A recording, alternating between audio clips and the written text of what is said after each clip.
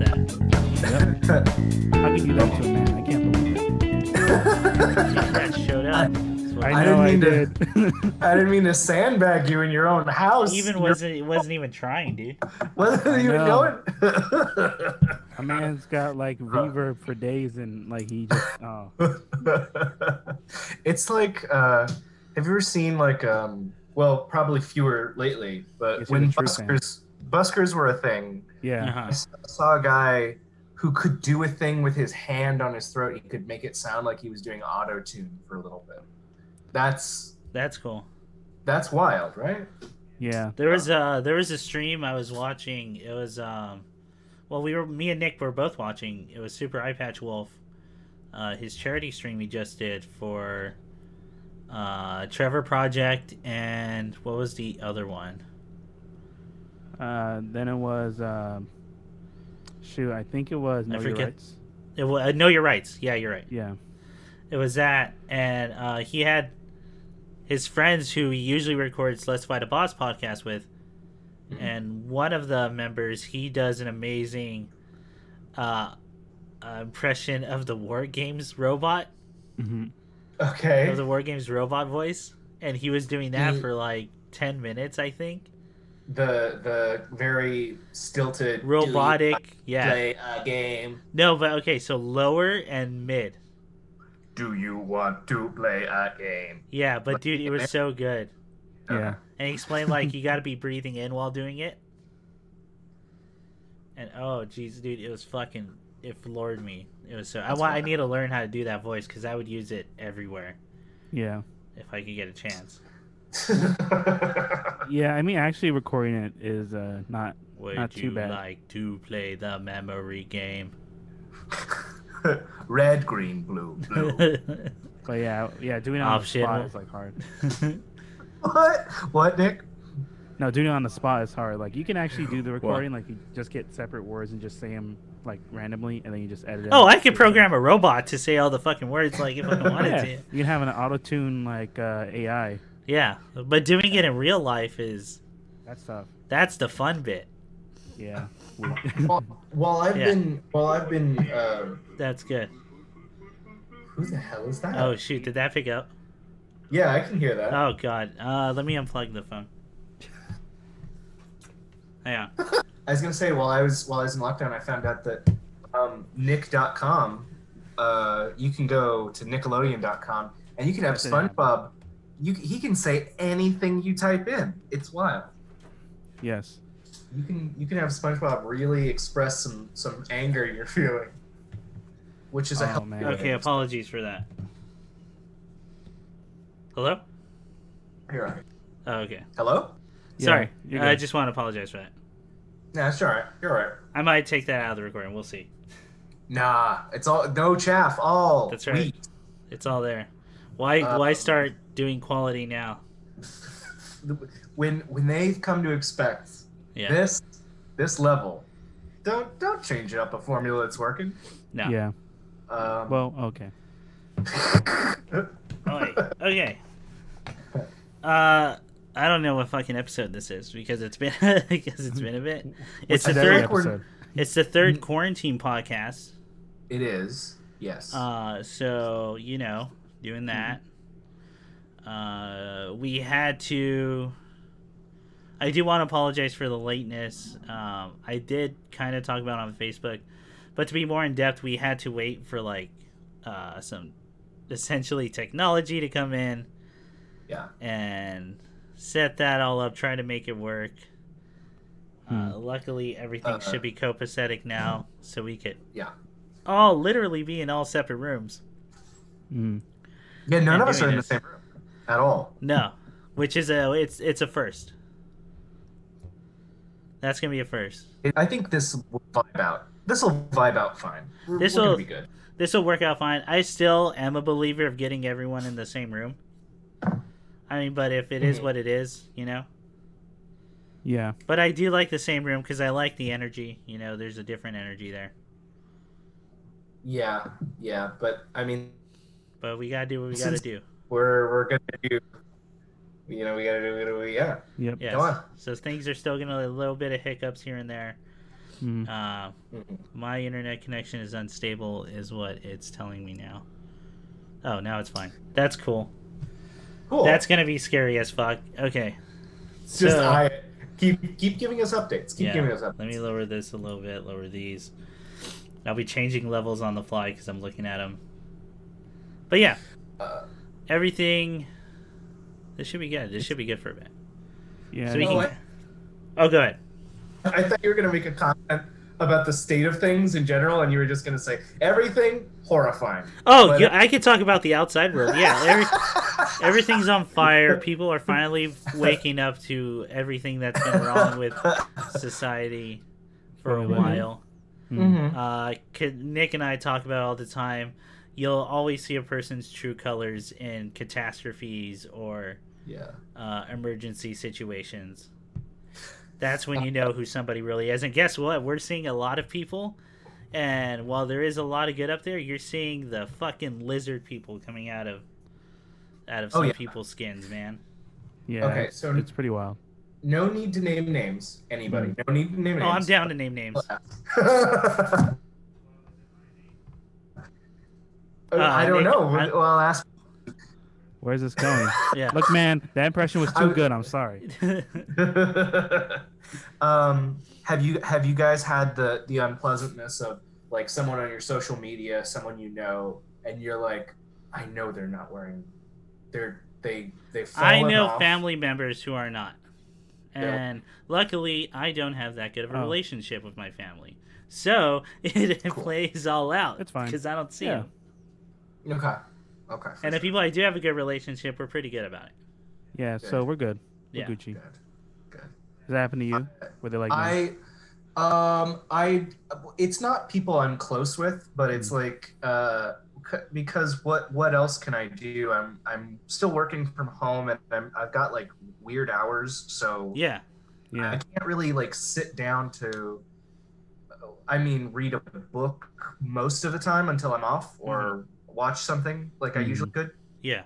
So I'll just scroll social media way more than I did at any point before quarantine.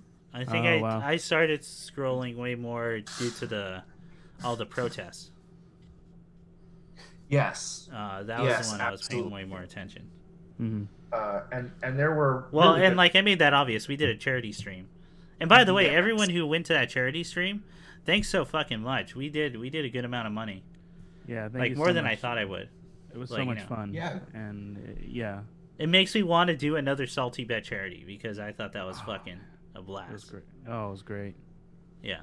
Oh, that fighting! Yeah, that was really fun. I was there. I was in there for a little bit. It was really fun. I really loved that. That game is just kind of classic 90s time. You're talking about KI, which we played beforehand. Yes, that's the one I'm thinking of. Thank you. But just to briefly put a bow on that thought is wear a mask. Damn it! Wear a mask. Stay the fuck all inside. The time. Both quarantine podcasts, I put Little V Mills "Stay the Fuck Inside" song on there. So it's if I see you and I see you be like having a drink outside with people, I will shame you. I can't talk to you. Yeah. I cannot mentally deal with you being a part of the problem right now. Oh, I'm not even going I don't care what measures you put in. I'm not going to restaurants. I'm still staying inside. Luckily my lifestyle is pretty fit for that, so nothing too crazy. I get my groceries delivered, man. Like, I'm not going out for any. Oh, wow. I do go get groceries, but I'm making a beeline through everything. I do it when no one else goes. Which is, again, more or less what I was doing before. Yeah. So, But, it's just it's fucked. Yep. Is Ian, are you still there? Oh, no. Oh, is Ian gone? What happened? Chris. I'll tell you right now, I did not like the impression. It was okay. Oh, you didn't like Ian's impression? I like it, you know. If it came out of his mouth, I didn't like it. Yeah. Yeah.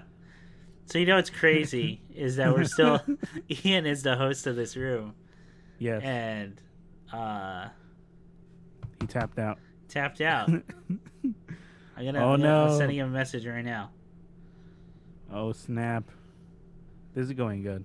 This is going great. Nice. So Ian, are you back? Sorry. Yeah, I glitched out for a second. I'm fine. It's fine. Okay. It's That's fine. Cool. We were panicking and trying to hold it down. You're good. Okay. Just that happens, let's just stretch. If you see that little thing go out, just stretch, talk over it. They won't know. Yeah. They don't know no better. It's an audio medium. Yeah. Anyway. And that was an interesting anecdote you just shared. Oh my god. I do want to say before, because I don't want us to not acknowledge what's going on. That's stupid, and that's crazy. But I did say pretty much what I would have said here on the podcast on the Twitch stream we did. So please go check out the VODs. I think on the Twitch page there are still links to charities, petitions, even a long Twitter thread that has all these academic sources for statistics on police violence and everything that's going on. Yeah. So if you're a hard numbers person, you can look at that. What's going on there? No, man. I mean, I know this is like a fun time show where we're not really like getting into that, but I would definitely recommend everybody, you know, keeping an eye out, taking a look at what's happening. And if you think that, you know, because I've spoken to some people who I won't name names, but you know, they're under the impression that if you live in a place like California, that's not something that you need to think about, and that's a real deep misunderstanding of what's happening. Oh yeah. And I would definitely recommend take a look at a handful of the cases that have happened in the last week. Yeah, you know? like the state itself, or I think they think of like LA, California, the city. But yeah, California, the city. Yeah, we can get back into that. How like essentially most people, it's either San Francisco and then Southern California is just LA, the place. I don't know. Right. Well, it's always it's that mentality, right? The moment you think you're done educating yourself, like is the moment you failed because you're no longer constantly trying. Yeah. And you will stagnate, and you will not. You'll even like. Fuck, you might even become dumber. Who knows? Well, I mean, that's my biggest fear.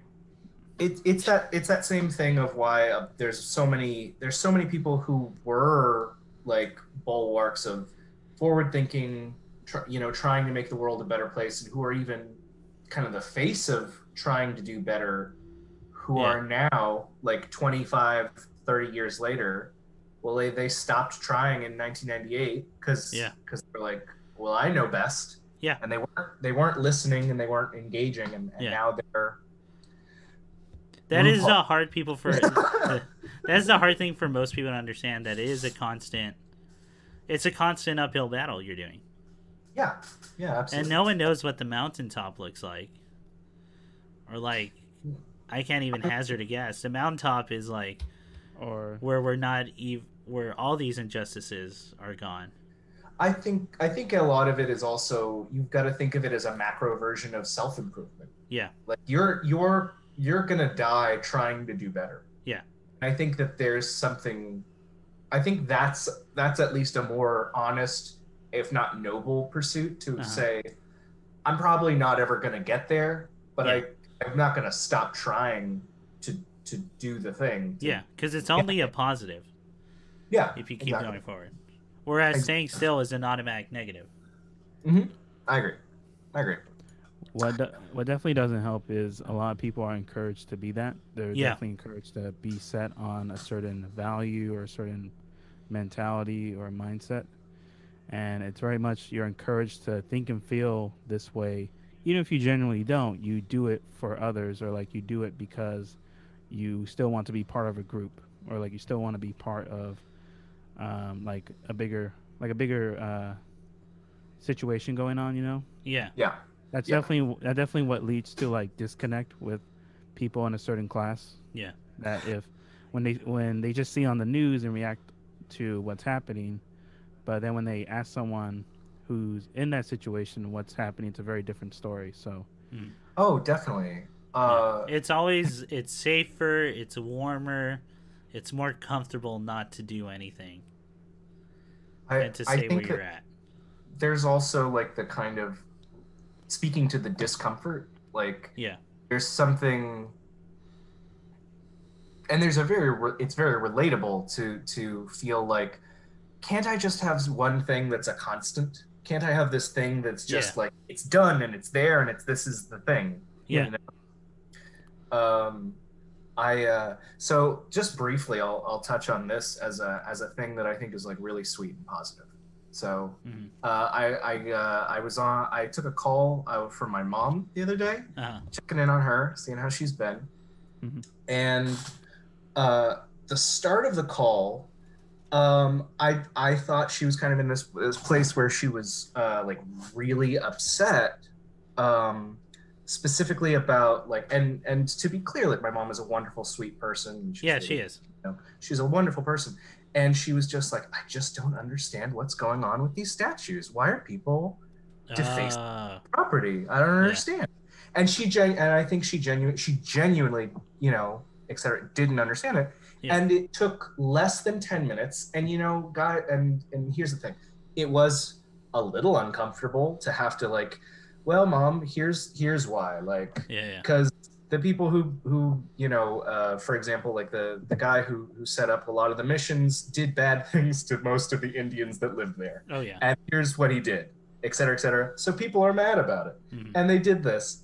And then at the end of a genuinely less than a 10-minute conversation, she's like, oh yeah, I'd be really mad too if they had built a statue to someone who's such a piece of crap. I too.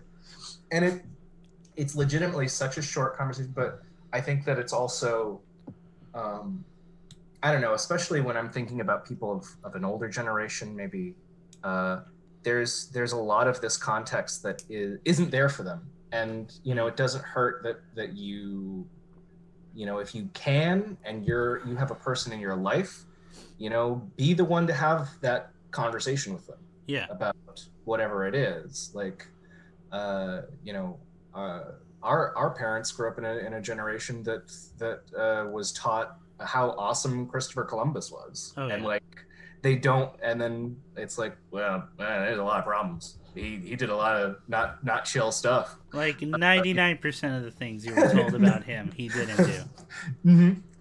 Like even Spain didn't like him, and Spain did all the things Spain did. Oh, the whole mission was to get rid of him. Yeah, exactly. Italy had already kicked him out. Spain was trying to get rid of him. Portugal was like, no, none of this. Yeah, none of that. No. So. Yeah. Anyway, I think it's definitely a time. I applaud people who are going to continue to donate, to show their support, and even if your support is just talking to someone and kind of expressing like, hey, you know, here's a little more information on what's up and that kind of thing. I think that's also a great way to add your support in what little way you can. Yeah. And again, and my thing has always been, just educate yourself on everything, man.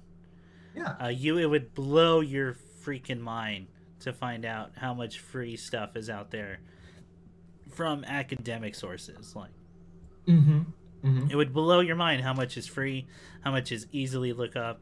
I mean, Google's amazing if you haven't tried it. Fuck. It's easier than ever, if anything. You don't even have to go to a fucking library anymore. You just got to look up on your phone. It's a 4-second like. Yeah. Oh, I'll Google that really quick. Yeah. Okay, I think that was a good energy to come at the top of the show with. Yeah. Oh, and I want to make it very fucking clear, man, what side I'm on. Black lives matter. Black trans lives matter. All trans lives matter. Happy Pride Month to everyone. I don't want it fucking twisted, you know? Yeah, absolutely. Where we're at. I mean, we did a fucking charity stream, like for the thing. Yeah. Please, I'm glad we can stand definitively there. Absolutely. Yeah. There needs to be serious consideration on how we're going to reallocate these structures of power, and how we can better assist. Absolutely. I mean, listen, guys. I'm not going to go on and on because I'm not a brain box, but I do recommend that, we should all try our best to become involved and educated on all these subjects, even if you think they don't affect you directly. Yeah. So yeah. Yeah. So, but yeah, no way we weren't going to talk about it, Yeah, I feel like that would be an elephant. To not address. It would be a shame, really. I mean, I just, I've just gotten my clear bill of health. Good, nice. I went because I'd gone out to a downtown event to walk for specifically for Breonna Taylor. Right on. And not everybody can do that, and it's not. I understand that. Like, listen, people one, maybe you're in a position where you can't do that. You can't take the time to then lock yourself up for 2 weeks and do the safe thing, the right thing, and all that. Yeah. Regardless. And maybe, you but it's important to try and do whatever you can, whether it be education, donation, representation.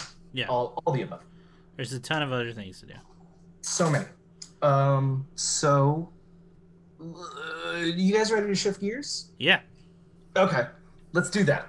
Let's do it. Nick, you still there? Okay. Oh, yeah. Yeah, I'm still here. All right.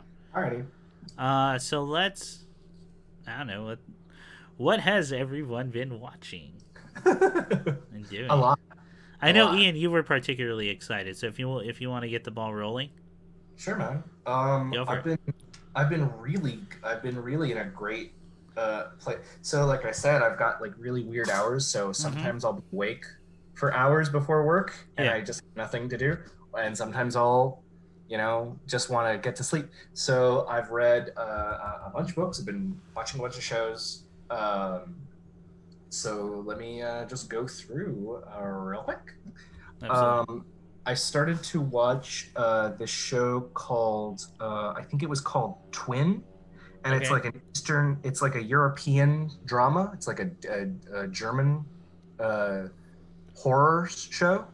Gotcha. And it's really weird and really upsetting, but very good. It's very good, guys. Okay. So the general setup, and it's set up around a real historical town, where in World War II, the part of the city was dammed and flooded when the dam was constructed. And so in the show, there is essentially like this story that if you hear the clock tower chime, so the only thing that wasn't covered by the water level rising was the church bell on the clock tower from this old village. And they say, if you hear it chime, that means that the lake is coming for you. And essentially it's a lake that produces doubles that try to kill you and take your life over. Wow. That's rad. And then it vaguely has something to do with the Italians occupying that part of what was originally not Switzerland and not Germany, Austria maybe. Like they all speak German, and then there's like a handful of people who speak Italian, and they're all like looked at with squinty eyes. Yeah. With contempt, yes. That's what a writer might say. Yeah. With those beady eyes. With them, they give them the shifty eyes. And then the story is essentially this kind of Greek tragedy of inevitable, like, there is no path but tragedy for these people. Very Italian. Very Italian, yes, very much so. You know what's the most Italian thing? Greek stuff. Yeah. That's not a joke. That's real. That's real. Yeah. So no, that show's pretty cool, and it's got like tie-ins to real World War I, World War II era history, and the acting's really fun. It's honestly kind of melodramatic. It's just certain points are so over the top in how sad they are. It's like, this is a lot, but it's fun. It's a fun show to watch. I'd recommend that. I think it's on Netflix actually. So right on. And check that fella out. Nice. Gosh, what else have I been watching? So I've been reading a boatload of books. I just recently finished A Cosmology of Monsters. Ooh. Yeah, have you heard about this one? No. I'm gonna look it up. I get to look up stuff while I'm like talking now. Yeah, how about that? That's rad. Cosmology. What? I would say it's the one by Sean Hamill. Cosmology of Monsters. Yeah, it's by Sean Hamill. That's right. Nice. It's described on the jacket as a love story in the world of H.P. Lovecraft. NPR. That was the first review that came up.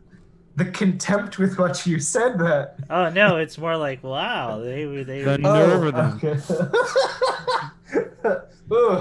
NPR. No, I was that weird kid who did listen to NPR as like growing up. Well, we didn't have a choice. Okay. Oh yeah, that's because my mom used to listen to it all the time. So. What, in the car? Was this like a car ride to school? Less of a brag and more like a burden, you know. I don't know, man. I mean, at the time, yeah. Right. At the time, but now I'm like, that was probably for the better. You probably most music was trash at the time, so like... I would know. Yeah.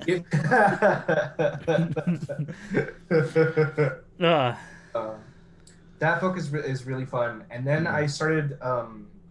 I don't really want to say too much about it. It's a good book, but I just kind of want to let it be what it is for people to explore. It's got cosmic horror. Cool. It's got kind of capital R romantic storylines in it. Nice. Mm-hmm. And it's got lots of, post-modernity, if you like that sort of thing. I don't know. It's a debut novel. It is a debut novel, but it was... so I'll let you guys know. I bought, kind of a forklift of books just to... Because I was like... Hey, no worries there, dude. I got a stack of books I'm still going through. Yeah. Same here. But I follow Daniel Handler on Twitter, and he was, advertising about, we need to try and, especially now, Penguin prints it. What? Yeah, right. It's gonna be. That's how you know it's classy. It's gonna be taught out of college. It's all connected. But I ordered a bunch of books from Green Apple Books and a bunch of books from some other $2 Radio, which I was gonna mention in a minute. I'll get back to them. $2 Radio. $2 Radio is an independent press here in California. Dang, Chris, your keyboard's loud. Is it? Dang it! I turned on the thing, the RTX, in order to filter it out. Okay. Nick, have you ever been in a situation where you've seen someone in public texting or using their phone, and they have the click feature still on their device? Yeah, what a freak! Yeah. Like, what are you on a TV show that they have to know that you're typing? I hate it. You know what sucks when you can hear someone think. I hate that. I don't want to know that. click, take the pause. Oh, should I send it? Oh no, and then they do the fast tap back. Yeah. Yeah. Oh, she won't like this. Maybe she'll touch it. Oh, who knows?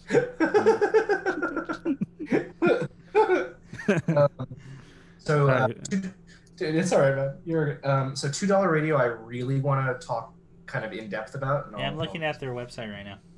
I really like it. I just bought 2 books by 2 different authors. Mm-hmm. Let me actually grab them off the shelf really quick. I'll go for it. That way, say it a little bit more specifically. Oh, actually, do I have it on? Yeah, it should be on. RTX is on. Yeah, it's on. Sorry, I was just making funny because I knew that it takes a while for it to detect. Yeah, that's true. Hot sale. Oh yeah, their books are on sale right now, guys. They're at like a $50 for 5. That's not bad. That's really good. Yeah. Oh, and you choose. Oh, that's cool. That's hip hop. That is indeed hip hop. I really like. They have these two authors who I would say that their styles are kind of circling each other. Okay. Mm-hmm. Very good. The first book that I got from $2 Radio was called Found Audio by N.J. Campbell. Found Audio. Let me see. And it's essentially a story told from the perspective of a journalist who specializes in kind of like off the beaten trail special interest stories. Mm-hmm. The story begins with him finding a family who has lived in the depths of the Florida Everglades for essentially generations since the abolition of slavery. Yeah. Kind of untouched by the rest of society, moving on past them. And then the book periodically just kind of, he keeps jumping into these other stories as he goes, but he kind of finds like this, I want to say, through line of a kind of so I'm gonna try and refrain from using this term too much, but it kind of applies. This kind of Lynchian quality of a kind of a holistic strangeness, like it seems unrelated, but maybe these two. But maybe, who knows? Yeah, who knows? Maybe these two weird things are related. Yeah. No one's gonna tell you if they are. Well, figure it out. Please do. I'm not your mom. Yeah. You do the work.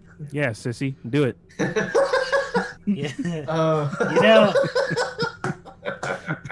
You know, Eraserhead was probably my most spiritual film. You wanna elaborate on that? No. Fucking love him, dude. I fucking love him so much. Yeah. I'm sorry. Oh shit, man. So I think that Found Audio has a lot of really great stuff, but it's kind of centered around the premise of a journalist going back through his audio recordings of interviews with people, threading together these stories that happen largely in North America, and then there's one that happens in the Middle East. But it's all, again, kind of related. Very good book. Really enjoyed that one. Yeah. Oh, nice.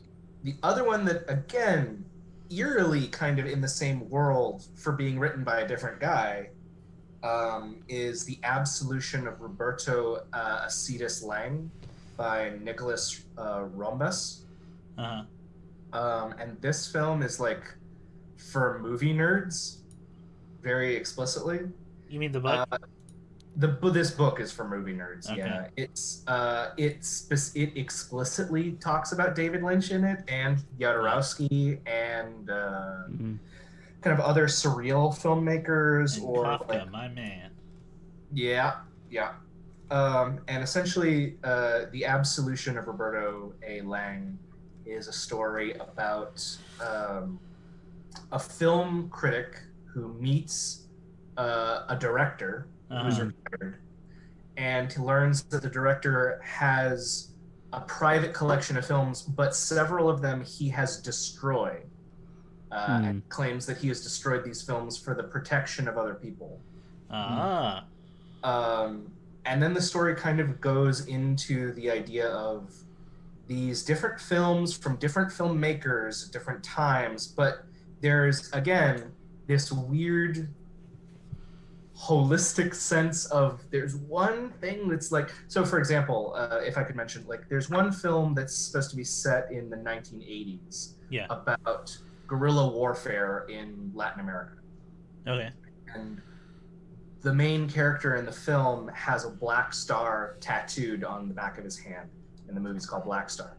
Gotcha. And then later in the film, there's like a 1960s post-apocalyptic film, and he literally, that entire chapter is just written as a film treatment.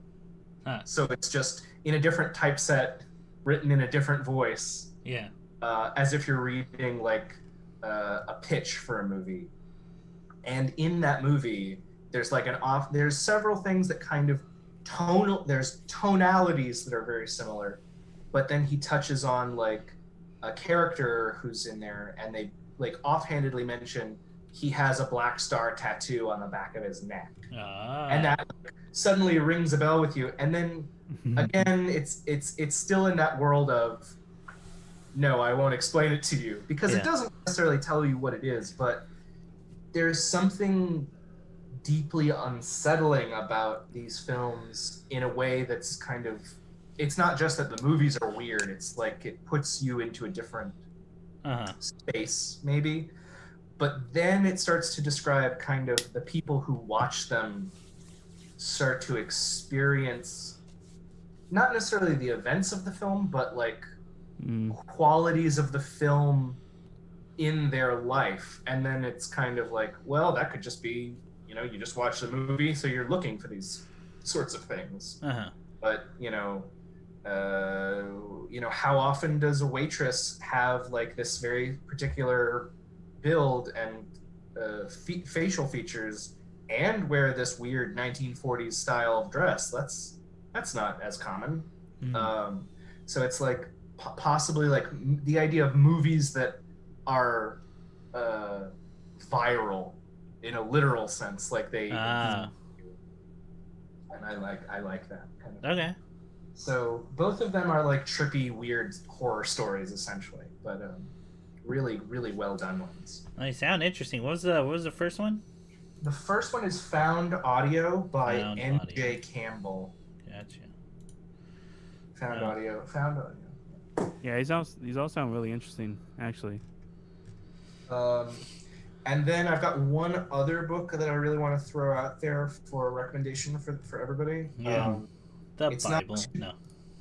Listen, he's the reason for the season. Going the good book.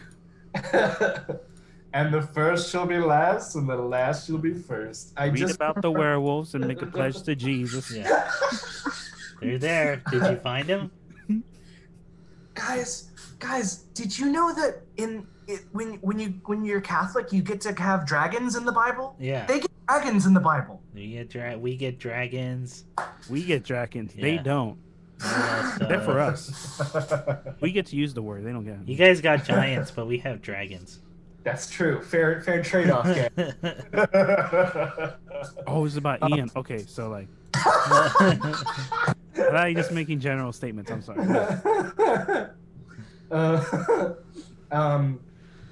So this other book is called Dear Cyborgs. Dear Cyborgs. This is not a $2 radio. This is published I think I have to talk while typing in order for it not to show up. So, Dear keyboard Cyborgs. I can hear it. Oh my god. Oh my god, it's so loud. Dude, my keyboard, like, it's so fucking loud. I get an echo. Go ahead. It's gonna take a little bit. The New Yorker. Not that. Jesus Christ. I'd rather have the Penguin. Oh, did Ian fall off and die again? Oh, no. Oh, so Dear Cyborgs is what I'm looking up. Yeah. It's an FSG original by Eugene Lim. Yes, more about Eugene Lim, according to FSGoriginals.com, is that one volume... Nick, you should really text Ian that we can't hear him. Okay. One of Volume 1 Brooklyn's favorite fiction books of 2017, a Literary Hub staff favorite book of 2017, and one of Bomb Magazine's looking back in 2017. Is someone calling me? No. What? Oh, he just texted me cut out. Yeah. Wondrous sense of the erratic and tangential quality everyday life, even if it's displaced into a bizarre parallel world, drifts off the page into the world you see after reading Dear Cyborgs. That's by Huasu, the New Yorker. I couldn't agree more with you. That's a beautiful way of describing that book. Yeah. It's got basically, it's superheroes who are doing kind of like... I hope I'm pronouncing that person's name right. Huasu. I think that's how. Yeah, I could totally be wrong. Educate my ass in case I'm like wrong. Tweet at us. Yeah. Don't be like Krusty the Clown. Sushishi. Soshashi. I brought you kids entertainment for 25 years and 8 seasons. Something like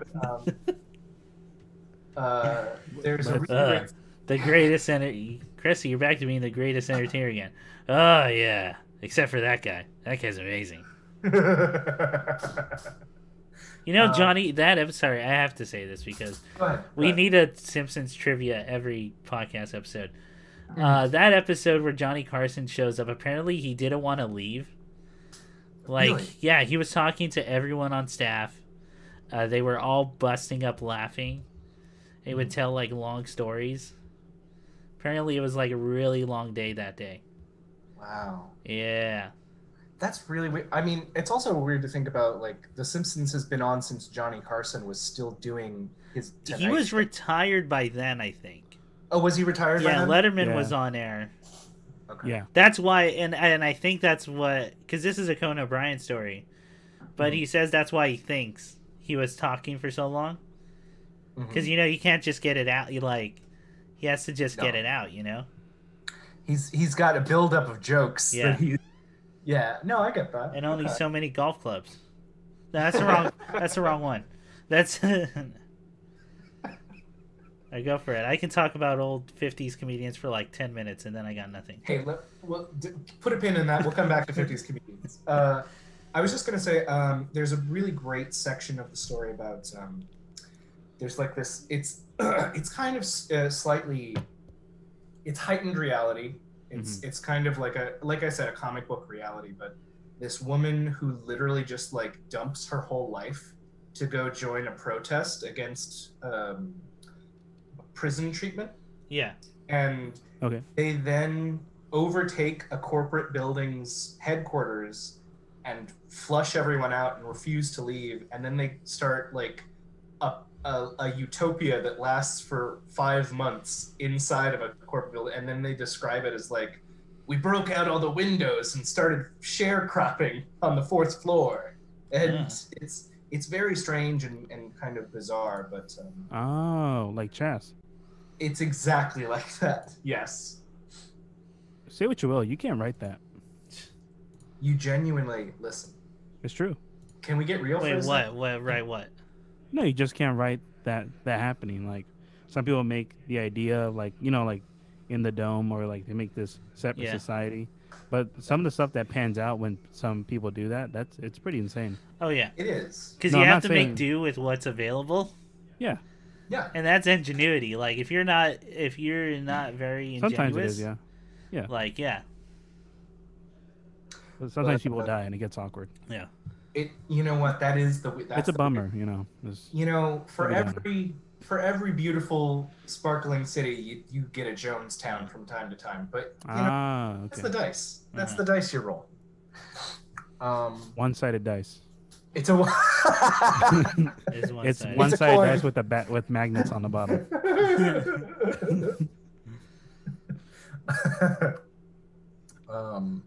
So anyway, those 3 books I would definitely highly recommend. Yeah. Nice. That's really interesting, actually. Oh yeah. Thanks, man. I'm sorry. The one for Absolute Roberto, the way you describe it with the black star on the neck, I honestly thought, like, oh no, is that how he got into JoJo? Was like reading the book. Oh, black star on the side. Oh, he's gonna fight Dio. Huh? He's gonna use his stand of Hollywood and Highland or something. I don't know. How did audience members feel with Dog getting kneed in the face? You know, they were really upset at first, and then they just couldn't look away. But that's how you know he's evil. That's how you know he's the worst, guys. Yeah. Yeah. There should be no question in the viewer's mind that this person is evil. Yeah. There is something like really fun about the idea of a character who is so basic, so root evil, that it's just like, no, I don't even have a reason. Like, I'm just evil. Oh, that's why I love Dio, dude. At some point, he just loves it. Like, yeah, there's no other excuse. He just loves what he does. I just like, it doesn't matter, men, women, children. I just like killing. I just want to be immortal, and I want no one to bug me. Please don't.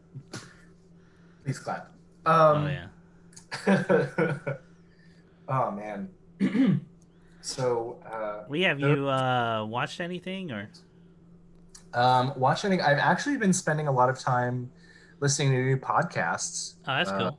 Which I could recommend. I trying to keep fit, trying to keep active. So yeah. I'll go work out. I'm working out with Ring Fit Adventure. So with the what? Ring Fit Adventure. Is that a videotape? Is that like... That is a videotape. No. Yes, you're right. It's Vin Diesel. He's wearing the tracksuit again. Okay. Oh, that's right. Ian totally wouldn't know. It's a video game. It's a workout video game for the Switch. Shut up. And you get a shock-resistant ring. Yeah. That you're working out with, and it uses the controllers to check all your... make sure your technique is right. Yeah. Here's the thing about that game. Apparently, it's super super accurate for workouts on what you should be doing at the pace you should be going. It's not Wii Fit. Yeah. It's not at all Wii Fit. It was made with trainers. It was made with super high detail. To all this stuff to get you from 0 to toned, right? Okay. And so far, man, I can tell you it's pretty intense. As someone who does not work out as much as he should, but I feel good. So that's great, man. With it. Yeah. Don't you feel like not to go on too far, but don't you feel like after I work out, I feel like I'm in a better mood? I think so too. Yeah. I feel relaxed. Yeah, exactly. I feel I think also just because in quarantine I'm sitting still for that so helps. long. Yeah. It's you know what I mean? I just, my body's finally able to express something. Yeah. You know? Yeah. Here's the thing, and it's very much a me problem. Is that I feel too good after I do it, and I can't bring myself to do anything after. Sure. And the worst part about that is I have to work out as soon as I wake up. Because otherwise I'm not going to do it. So I got to do this tomorrow? I got to be real lazy. This is some bullshit, guys. So I'm trying to get over that. I'm trying to figure out. Just take get some help. Take some pills. Get a needle. needle. Man, you missed my whole okay. Side note, with some friends I had, my whole caffeine conversation I had with them. Oh, okay. Get protein shakes. Man, what's the website? I'm gonna look it up. Caffeine. Oh no. I have to say it out loud and talk while typing. I'll talk while you're typing. It doesn't sound like it's working. Oh. Caffeine Informer, which tells you the caffeine amount of everything. And this led me down a rabbit hole because I was thinking about buying Death Wish coffee. Okay. But that's 700 milligrams of caffeine. That will kill you. Yeah. That might kill you. 2 cups would kill me. You'd spontaneously combust. Yeah. You just burst into flame. Granted, they measure it in 12 ounce. And I usually only drink up to 8 ounces of coffee. So. Okay. It's less, but but anyway, this ends with me considering caffeine pills at some point. Whew, that's a rocky road you're looking down, guy. It is. So I've been trying to keep off caffeine. Is what is. Okay. I went back to teas. The last couple times I've drunk coffee was just to relax. Okay. It's because I've been craving it. But trying to go back to teas. You know what's crazy? What? You can buy. You can buy liquid caffeine, okay. and it comes in a gallon jug, and it's the same jug they use for Drano. So I just want to put that out there. Jesus. Okay. I'm sorry, Nick. Go ahead. No, I appreciate interrupting me to express more about your problem. More of my problem. What about it? Chris, on this website is a caffeine calculator. Ian, do you know what this calculator is for? Calculating how much caffeine is safe? How much caffeine until you die. Yeah. Like you go over this number, you die. Caffeine informer. Is it like you have to put in your weight? You put in your weight and you put in a coffee. You can even put on a specific type of coffee from a specific restaurant or fast food joint. Caffeinated gum, caffeinated food, medication, supplements, energy drinks. How many McDonald's coffees till I die? Let's find out. I'm down to do this. Hang on. All right. If I eat 277 Ben & Jerry's coffee ice cream, I will be pushing up. I will be pushing up daisies. Oh, that's really good.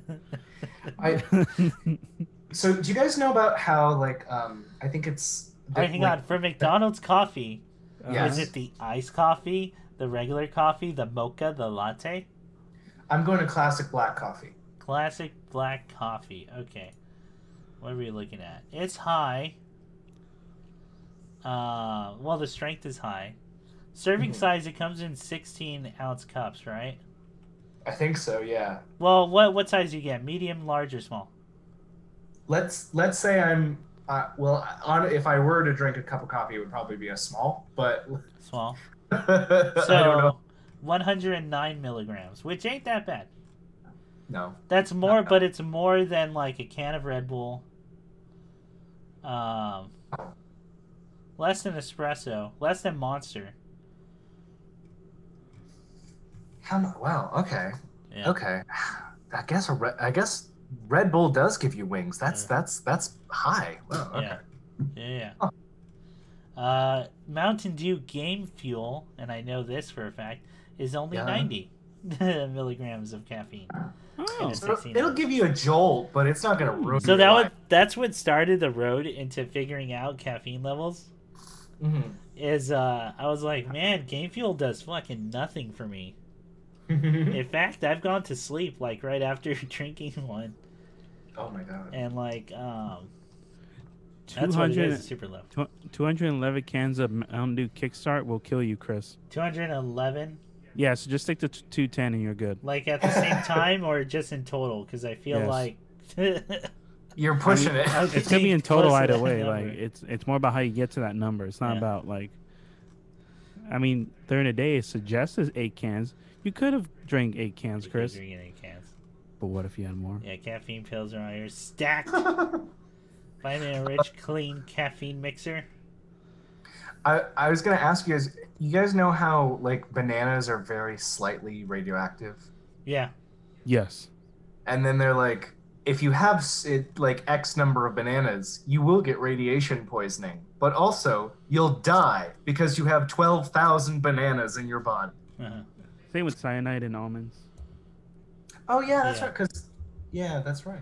Yeah, that's right. So Death Wish coffee, the thing I was thinking about getting, is 728 milligrams of caffeine in 12-ounce cups. That's pretty. Which is bananas. Pure caffeine powder. Yeah. Good freaking Lord, that will kill someone. Lay out a line and snort it. One package of powdered caffeine can kill 3 healthy adults. Jesus Christ. That shit needs to be illegal. Did you guys ever have a Four Loko? No. No, thank God. I didn't know where to get one when it originally came out. And now that it's out, like, who cares? But now it's a different... Now it's a totally different thing, so who cares? Yeah. Before, it was essentially like drinking an IPA that also had a shot of espresso in it, right? Now it's just alcohol. Like, it's like malt liquor, I think. Yeah.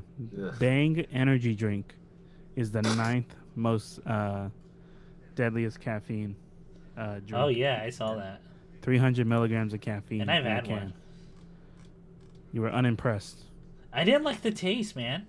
You need it stronger. You need... The strength wasn't the problem. I just really didn't like the way it tastes. Pure liquid caffeine. So I just ruined that sponsorship if we ever get like. Tastes artificial to me. I don't know what to say. You go ahead. No. Hey, did Ian die again? No, I'm still here. Oh, okay. You will. Cool. Wow. You will if you chug that Drano. If you chug that liquid caffeine Drano. You'll be killing yourself 7 times over with that. Anyway, I'm completely sorry, Ian. What were you talking about? I have no fucking clue. Okay, so briefly, I've got 2 more points I want to make before I pass it over to you. Okay. Okay. So podcasts I've been listening to. I've started to listen to Bananas, which I find a really nice kind of Bananas. Bananas podcast. By Kurt Brownoller. It's made by the My Favorite Murder people. It's produced by them. And it's just a really fun show that's essentially like weird news stories, and then 2 comedians riff on it. Okay. Very straightforward story. One such headline I very much enjoyed was a man in downtown Los Angeles arrested for walking suspiciously, found to have 23 live pigeons in pants. That sort of thing. That's got to be a Guinness World Record or something, right? If not, what kind of nightmare is the record holder? What kind of life have they lived? So no, that's a really cool show, and they actually have like really interesting guests that'll come on and talk to them. They just had the head of the Southwest Astronomer Society come on as a guest on their show and talk about astronomy. And then they made jokes about space. It was a good program. I really enjoyed that. Nice. Space. Finally, someone punches up. Take space down a peg. That was Guinness World Record for pigeons in pants. What's the record? What is the record, man? Most times unzipping pants in 30 seconds. Whoa. I'm sorry. Most underpants pulled in 30 seconds. Well, this is all recorded. There's probably someone out there who's like done more. Hey guys, if you think you can pull more than 35 pairs of underpants in a link it down below in the comments. Share the video and we'll share it. Tell us about your thought process, and then tell me everything happens for a reason.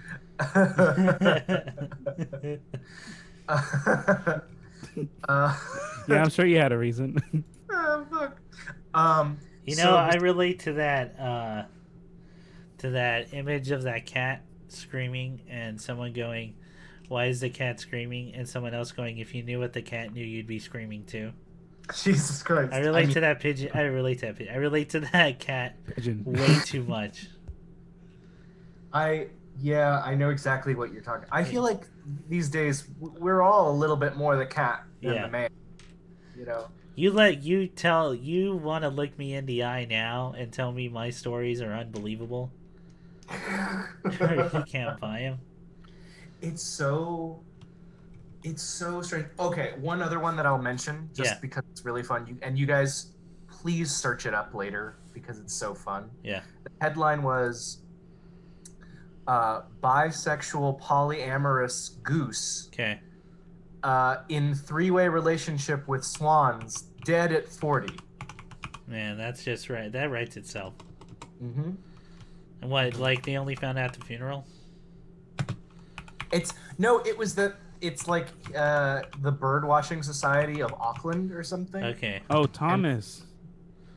Yeah. Oh, he died? Thomas the blind goose. Dang. I forgot he was blind as well. Yo, I was there when like it was breaking news. Like I gotta when it broke out. Yeah. He went on and he won The Bachelor with his tie and then picked which goose in the line he wanted. But it's polyamorous, right? So it's all consensual. Exactly. It's polyamorous, so and he has and it's interspecies. His lovers are both swans. Oh wow. Yeah, really. Oh, so it is natural. It's a real. It's more than natural, man. It's supernatural. It's effective. There's a TED Talk about this kind of stuff. That's awesome. No, there's not. Yeah, I'm looking at the I Fucking Love Science article, and there's a TED Talk about... Oh my god, there is. Oh no! Oh no! Well, time to bookmark that and watch it later. Yeah. Oh, I'm so curious. I'm going to become educated here. Yes. I'm going to learn everything about swans and geese. Thanks, geese are fucking horrifying, dude. Have you seen their tongues? Their little spiky tongues? Yeah. Little corkscrew penises that shoot like a pop gun. You ever seen their teeth? Yeah, did you know they have teeth? They have teeth that look like fish bones. They're like little wispy, like they're horrible. Horrible. Ugh. Anyway, that's a fun podcast, guys. If you have a minute, if you want to have like an hour distraction of just guys riffing on news, it's a fun one. And then the other ones are kind of true crime podcasts. I'll just go through really quick. Okay. I've been listening to LA Times has a podcast called excuse me. Oh man. That's not the name of the podcast. The LA Times has a podcast called Chasing Cosby, which is harrowing but really good reporting. Really good reporting. Okay. And there's another one from Canada called Uncovered. And that one, they just did a season. It's a 7-episode run on the Satanic Panic of the 90s. Ooh. Really good stuff. And they cover it from a Canadian perspective. Send me that link. I will. I'll shoot that over to you actually right now. Let me do that. Yeah. Is it the 1994 Uncovered? I don't know that it's 1994. Let me look at exactly what it was. Uncovered. Okay, Uncover previously played. Season 6 of Uncovered starts with "It's Such a Perfect Place." Oh, got it. I don't want to play it right now. Don't want to play it here. Yeah. So I'd recommend those. Those are really great investigative journalism shows. And I think all of us are pretty interested in the Satanic Panic and what happened because of it. So yeah, I was there. We were technically all there. Technically, yeah, that's true. Technically, it never stopped. The curve just went down. It's gotten better. It's gotten better. Have you guys seen the documentary of that? This is off topic slightly, but I've seen clips from that documentary. I think I know which one you're talking about. Hail Satan? Yeah. Yeah. I haven't sat down and watched the entire thing. I like it. I think Chris would particularly like it. It's probably very. It's on the list. It's very much people who are pissed off at the kind of stuff they were told was absolutely true growing up. Yeah. Kind of processing it. Essentially. Oh, it's gonna hit home a little bit. So I'll prep myself for that day. So my last thing I wanted to touch on before I pass it over. I feel like I know where you guys are gonna go, but it's more of a conversation starter I wanted to have. Okay. I started to watch this video game guy because people know I don't play as many games as the both of you. Yeah. But I still like to know. That's why it's a good dynamic on stream. But I still like to know a little bit about what's going on in games. Yeah. Crunch sounds really bad, guys. Oh yeah. Are you barely? I know I heard about that a while ago, but yeah, it's real bad. Oh, welcome to the family, son. Yeah. Oh wow. Boy, you're in for some stuff. I've been listening to this one particular English guy. It's about Naughty Dog? Yeah, it was about Naughty Dog tangentially. Okay. Yeah. So I was going to more so ask a specific question that's related to Naughty Dog. Yes. Okay. It's about the writing for Naughty Dog. Okay. Mm-hmm. I think you know what I'm going to say already, possibly. So there's been a lot of hay made about, I think it was an IGN review of The Last of Us 2. Oh, yeah. You know about the one I'm talking about? I think so. Keep going. So in this review, it was a glowing review talking about how great the game is, and I don't, I wouldn't even quibble with how great it is. I know The Last of Us 1 was really well received, but in this review, the writing of the story was said. I think I'm going to paraphrase it. I don't have the quote in front of me, but essentially they said, "The Last of Us 2 is surely video game's answer to Schindler's List." Yeah. Yeah. And then when people made fun of him for saying that, I guess the writer of Naughty Dog was really salty. Neil Druckmann, and said, "Well, guys, essentially couching his hurt feelings in these are serious topics. Serious topics." I would like to point to the Castle Super Beast clip. They're fucking video games, man. That's what they are. So I wanted to kind of broach it in the form of this particular guy's video essay, where he then says, I mean, it sounds like you basically just repeated the answer, but I'll ask the question. We'll take it out there. But one, no, it's not. They're video games. They're not Schindler's List. None of them are Schindler's List. Schindler's List is a very and when people say important movie, what I think I would actually call it an important movie because it's very much real accounts from people who were there, with the permission of people who worked under Oskar Schindler, who worked the foundation, who helped with everything. It was near and dear to Steven Spielberg's heart, who was Jewish, whose parents grew up during that time in Nazi-occupied. I forgot who was specifically, but during that time. And it was all these things put together to talk about a very real subject. Yeah. And yeah, it's a movie, but it's pretty fucking close to what actually happened. If anything, Oskar Schindler's even a nicer guy than you would think from that movie. Yeah. From stuff he did after, because you only see the war.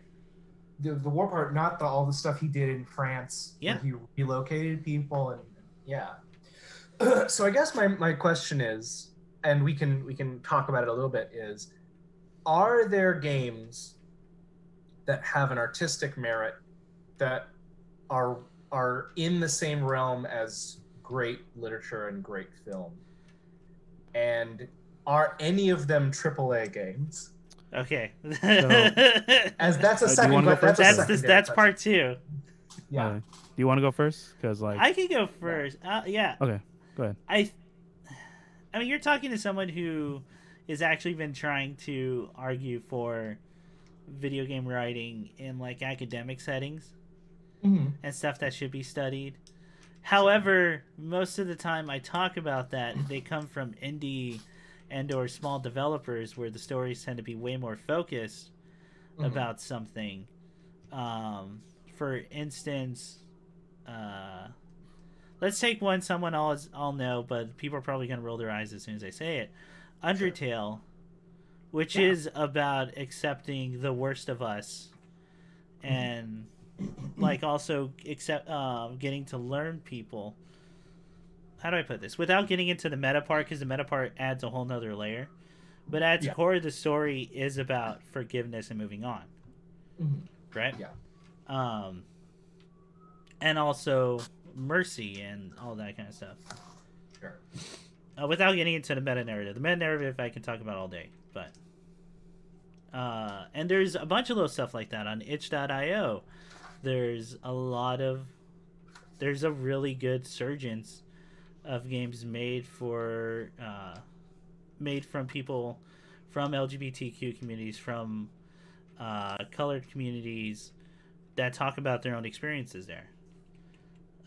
For a bigger game, and I wouldn't even argue this is AAA, I would say it's single A, maybe, is The Missing, which is a very LGBTQ focused narrative.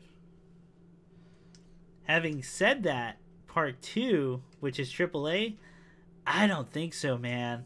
I like the closest I can think of is stuff like Nier Automata. Is that AAA? Yeah, and that's my thing. I don't even consider that AAA. That's AA at most, right? Yeah, and that's I don't... also because let me finish the train real quick. Okay. That's because it's very much Yoko Taro's driven storyline. It's very much a single person's narrative. Whereas a lot of games, the bigger they get, they're no longer one person telling a story. It's very much a collaborative effort. And that's why they're so hard to do that. Having said that, if I had to give my personal opinions on stuff like even Last of Us 1, right, which I do think is a good story, but that's because that story's been told already. There's stuff like The Road, there's movies they've taken directly from in order to do that stuff. That story's been told, and it's followed followed stuff that had already happened in storytelling. Second, Last of Us 2 has none of the original, has barely any of the original team for Last of Us 1. They kicked out the head writer. She's gone from Naughty Dog. Neil Druckmann strong-armed her out of there. Shit.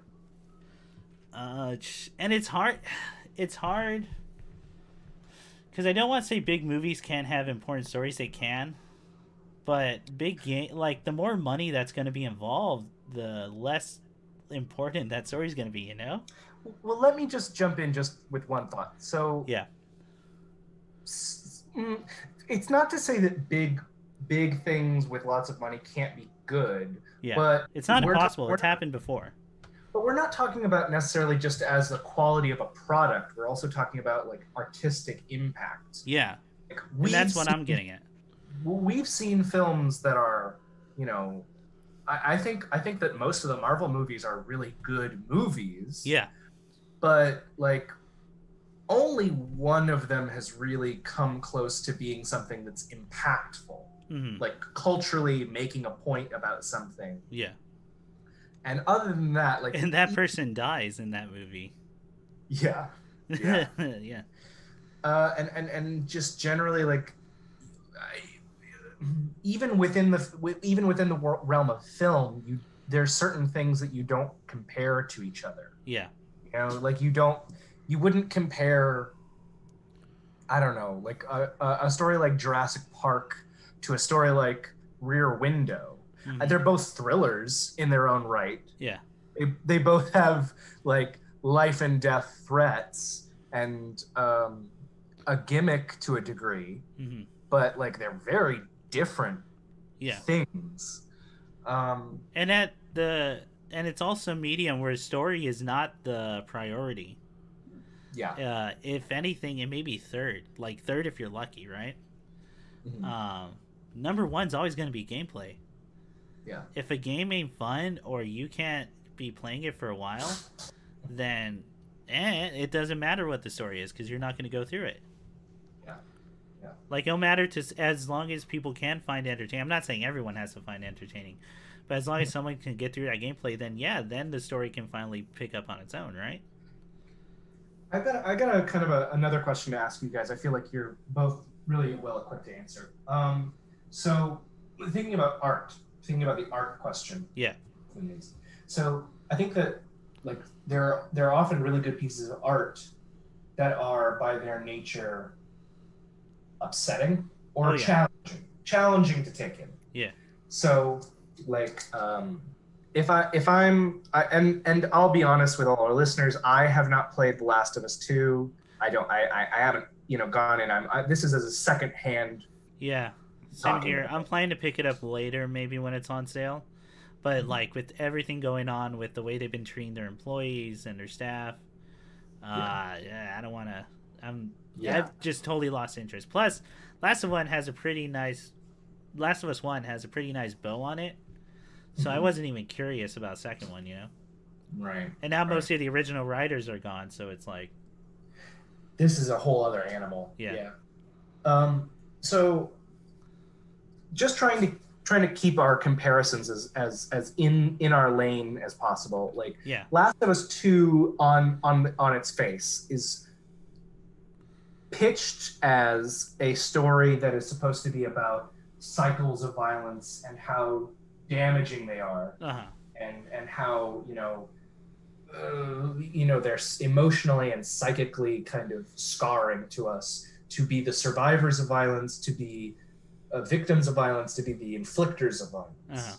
And would you say like that's a fair assumption of one of the ideas that the game kind of has? Yeah, definitely, especially the first one. Okay. And that seems what they seem to be going for in the second one. Again, haven't played it, so I wouldn't be able. So let's say like something in that realm. Yeah. So you then have to think about it this way. So like when I think about like art that deals with trauma, let's just say trauma. Yeah. Like I think about like a film like Train Spotting or Requiem for a Dream. Oh, those are fun movies. Those are fun movies, right? The Road's a fun movie. Jacob's what a fun. Yeah. Oh my gosh, I do like Jacob's Ladder. Well, it's crazy, yeah. Sorry, go ahead. I was just gonna say, like, they are good movies. I'm not saying they're bad movies. Yes. Yeah. Oh no, I love The Road, but that is not a fun movie. Yeah. Well, I remember last episode I talked about my experience going back to Last of Us and the DLC for Remastered for the PS4. Yeah. I don't know. All I'll say is that felt very contained. That felt like they kind of had a story to tell and they told it. And what's kind of ironic is that, I don't know if you know, Ian, but originally Tess was supposed to be the villain in the first game, at least the first script.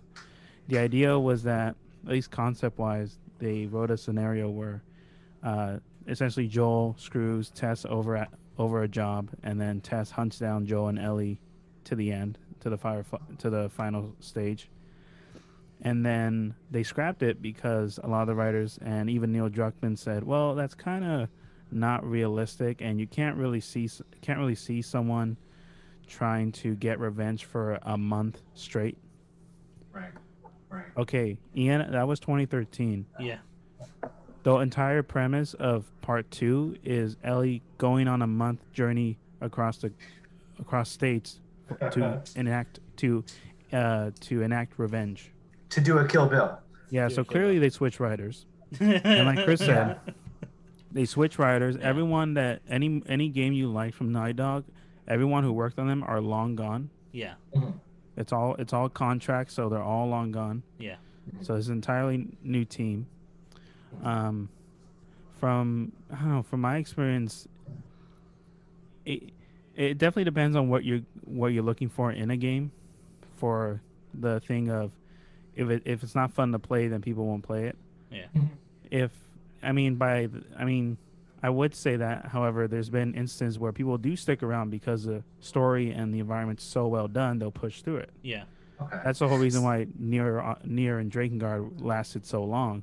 That's true. Because the world was so fascinating to people, and this idea of a dark fantasy that can have these type of things of trauma, and just the way Yoko Taro writes, just convinced people to push through the terrible gameplay. It was literally unplayable. Drakengard 3 ran at 5 frames at best on the PS3. Okay, so I feel like Nick, you've actually kind of just hit on the head exactly what I was kind of circling. It's just to kind of nail this down with you. Like, so would you feel like, because I'm thinking of the medium. Like the medium is different, and that changes how you tell the story. Yeah. Yeah. So with a game, let's say you had a game where the point you were trying to make is, how damaging violence is, you don't want it, and you're trying to get away from this trauma. Isn't kind of the fact of the medium of it being a game going to undermine that to a certain degree if you want it to be a fun game to play? But more or less answered the question. Yeah. But then there's stuff like, more along Nick's point of Papers, Please, which is, in my opinion, one of the best video games made in like the last decade. Yes. That one, if you took away the whole aesthetic, there is a funness to that game. There's an appeal of that game to certain people. Of just, I got to look for more and more details to pass this along or make choices. Yeah. But the whole aesthetic changes it, and the whole point of the game is to you go every single, like, this whole situation that you are in is fucked no matter what you do, and Right. and your only decision is to make it less fucked for people or to make it more fucked for people and less fucked for yourself. Everyone go play Papers, Please. It's amazing. Like, it's that game's like fucking awesome. So right off the bat, with the question about AAA and making an artistic point, a lot of the reason why, like Chris talked about, the kind of like cynicism that comes with the hope that a AAA will have some merit or like have something artistic to say, and a lot of it comes down to the cynicism of, you understand that these are big companies competing against each other. Yeah. And you also have to, and also a thing, a lot of people that are around 18 or 20 now may not understand. There was a time when when movies and the music industry was at its peak in the U.S., video games were looked down the most. Oh yeah. Yeah. Literally, the movie inferiority complex was because they didn't make as much money as movie and music. Let me add on to that. I think also, just my interpretation as someone living through that time, it felt like movies in the 30s. Like, there was government intervention. It looked very realistically like a government agency was going to swoop in and start regulating the entire industry. Like, there were sitting senators coming into Congress waving video games and saying, this teaches children to murder. Yeah. This is why Columbine happened. Things like that. Ridiculous garbage. But at the time, I think that there was a fair number of people who genuinely, on top of everything that you just said, the financial aspect of it, they thought it was an inferior product that damaged people.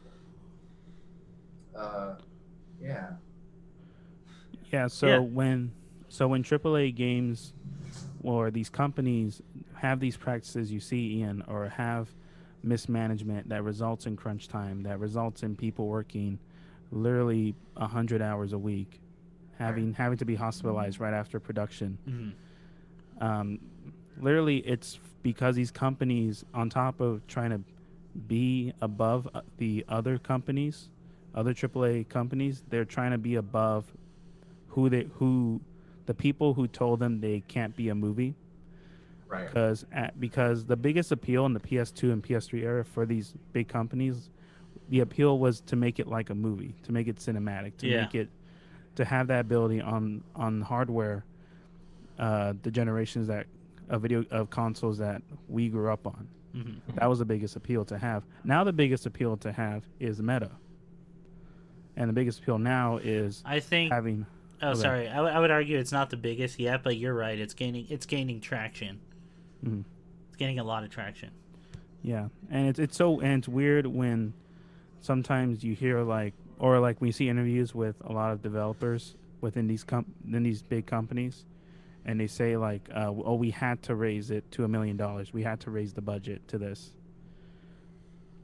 and you just understand that they're not. They say they blame it because consumers want more money in their games, but the reality is that they're just competing against the other company. Yeah. Because, like Chris said, Undertale, any game made on Steam that was successful, you can just pick any game any indie project that had an artistic impact and was made on a kind of like a shoestring budget or a very low budget. And to have the impact Undertale had, Papers, Please, Stardew Valley, the list can go on. And AAA can have an artistic point, and it is possible, and it has happened. I'm just saying that I just kind of don't like that the inferiority complex from 30 years ago, it's still being pushed now, because even when every year the video game industry as a whole is more than the movie and music industry combined now. Yeah. Yeah, absolutely. To me, it just shows it's more of a mentality than an actual financial struggle. I mean, I buy that. That makes sense to me. I would there's a good, just to kind of see the inner workings of these games a little bit. I would argue everyone should check out this web series. I'm gonna send it to you, Ian. From YouTube, called What Happened. And yeah, it's a more comedy take on it. Okay. But it's Matt McMuscle's series on video games that are kind of well known for being either awful or having a horrible dev cycle, and a deep dive on each of those games, like in a nice 20-minute package, right? Okay. I would highly recommend that to everyone. I would say you should check that out too, just to see kind of more what some of these decisions are being made by bigger companies. Okay. You'll get a kick out of the Sonic ones. And boy, if you're not like cynical about big companies and the way they treat people, like that's gonna change some things real quick. Okay. More on that point of it's hard not to be cynical about it, man, about big video game companies, because there's always that thing in your brain of, they've lied to me before, they're probably lying to me now. And there's so many times you can give a person a chance, you know? Right. Yeah, exactly. There's a lot of dishonesty and just from a little bit I've heard about it. Mm-hmm. And when you kind of think about the practices now, it really does come down to, they're trying to force consumer loyalty, like company loyalty, on consumers for video games by having these sign up accounts before even playing the damn game. Yeah. And then having all this community based stuff. So you kind of they're kind of forcing people to have this company loyalty to them. Yeah. And the lengths some of these companies go so that you'll be like Team Bethesda or Team whatever, dude. Like. Right. Yeah. Yeah. At the end of the day, because they're trying to sell it as not, but the reality is it's just another service. If you don't like it, you find something else. Like, yeah, it is what it is. Like, it's delivering a product. Yeah, it's either a good or a bad product. At the end of the day, these people are, especially specifically AAA. I'm not going to speak for indie games or all that. No. These AAA games are trying to take your money for a product. Mm-hmm. That's their end goal. Don't forget that. That's not gonna. It's not. They're not gonna stop until that's done. Yeah. They're gonna try to squeeze that from you. Yeah. And that's what it is. That's what a business does. So you have to always keep that in mind too. That's why capitalism sucks. But yeah, you guys want to take a small break right now? Yeah, could we take a pause? I'm getting a message from my work that they want me for something. Gotcha. So... Okay, and we are back from the break. Okay. That was a very sudden place to stop. I know. That was an abrupt. But it was a good reason. Sorry, had to take that guy. Not the best reason. Not the best. Good reason. It's decent. Yeah. Passable. Adequate. So in summation, I do think video games obviously have potential to be artistic. In fact, we've been proven that time and time again. As for a AAA doing it, very unlikely. It's something that has to reach such a broad audience. Yeah. It's hard to make something that's going to be, impactful, that has to be designed by committee that way. Yeah. Yeah. Yeah. Mm-hmm. Well, good chat. They should. I mean, it'd be nice. Yeah. It'd be nice if there was something in between. Yeah. It seems to me like video games exist, again, to compare it to something completely different. It seems like they exist kind of in that world of movies in the 1940s, either or no budget or all the money in the world. Yeah. And it'd be nice if there was like... Yeah, mid-tier budgets are starting to make a comeback. You see it more with Japanese developers right now, but they're starting to make it back. It's not like what it used to be, like in the especially in the PS2, Xbox era, where there were so many mid-tier developers putting shit out. I mean, I think you would see a lot more. I don't know, a lot more fun things like Ironheart. Is that what it's called? The Soviet game? Ooh, I have heard of it. I haven't played it. There's a ton of fun shit out there, man. Oh my God, is Ironheart still in production? Oh, I don't know. Oh, I don't know. Let me see. I heard about it a while ago, but it looked really fun. Ironheart. That's up there with Last Night. Comic book character I found. Ironheart on Steam. Oh, it's been out for a while. Oh, snap. Oh, really? Where have you been, Nick? Ironheart, is that the medieval one? I have no excuse. No, I didn't know about this. I'm thinking about the Soviet. Defense? No, I'm thinking about like a Soviet game. It's like it's kind of BioShock-esque, and it's like a weird world filled with robots, and like gravity is all funny, and there's like nuclear fallout. Is this? Yeah, that's not what I'm looking at. Okay. That's the exact opposite. Yeah, I'm looking at the tower defense game. Okay, maybe I'm thinking something different. Yeah, it was like cool. Yeah, I do. However, like I'm convinced it's like Last Night is just not gonna come out. It's gonna be like in that limbo. Oh forever. Man, Last Night's never gonna come out, man. Does anyone know anything about Last Night? That's the game where it had like an amazing art style. Yeah, here it is by Odd Tales. Oh my God, 2017. Oh, 3 years. Oh, it got a reveal trailer for Xbox One. What? But that was in 2017. Holy crap! That was the original. Well, that was the original trailer, right? Oh no, it has a 2020. Yeah. Well, shit. We're just behind, I guess. All right. Well, I'll look that up later. That's that in the long of it was my month. What about you two? How's it been? Nick, you want to go or you want me to go? I don't mind going.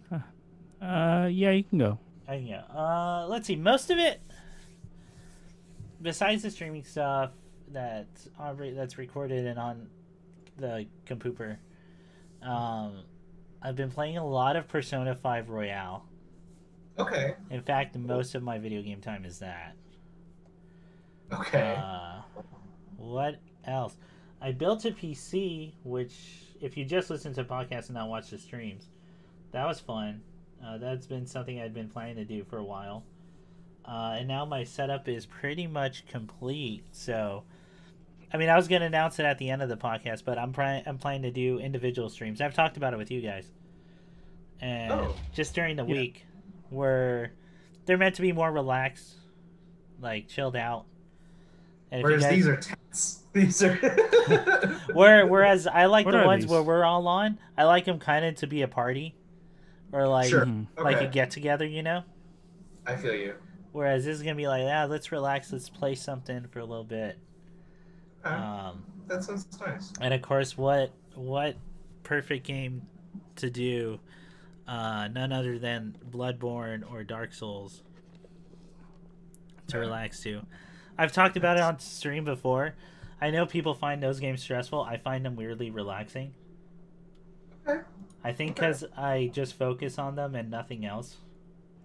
It's like a turn off your brain moment. It's. I think I'm just shifting gears, but I shift gears so hard towards Bloodborne or Dark Souls that it's just that, and there's nothing else. So I'm using a lot less energy.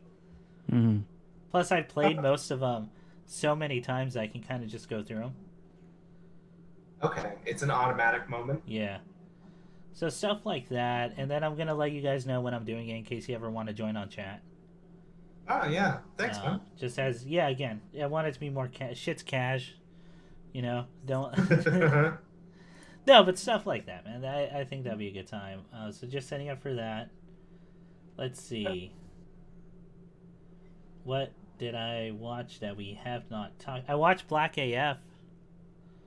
Oh, dude, that looked really good. It is good. What's the premise exactly? It's the guy who wrote. Ish, right?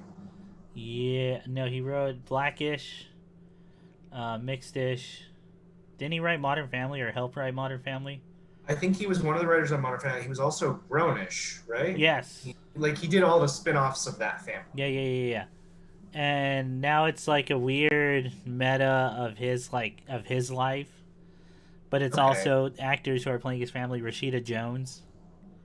Tight. Okay. And it's supposed to be, and it's a funny show. It's a really educational show too, about being black, especially in that kind of setting. He's his best strengths, of course, are coming through in that all the characters you like have some sort of attachment to them in some way. Again, very educational. I don't think it's one of those things where he himself, you can see him getting better as an actor.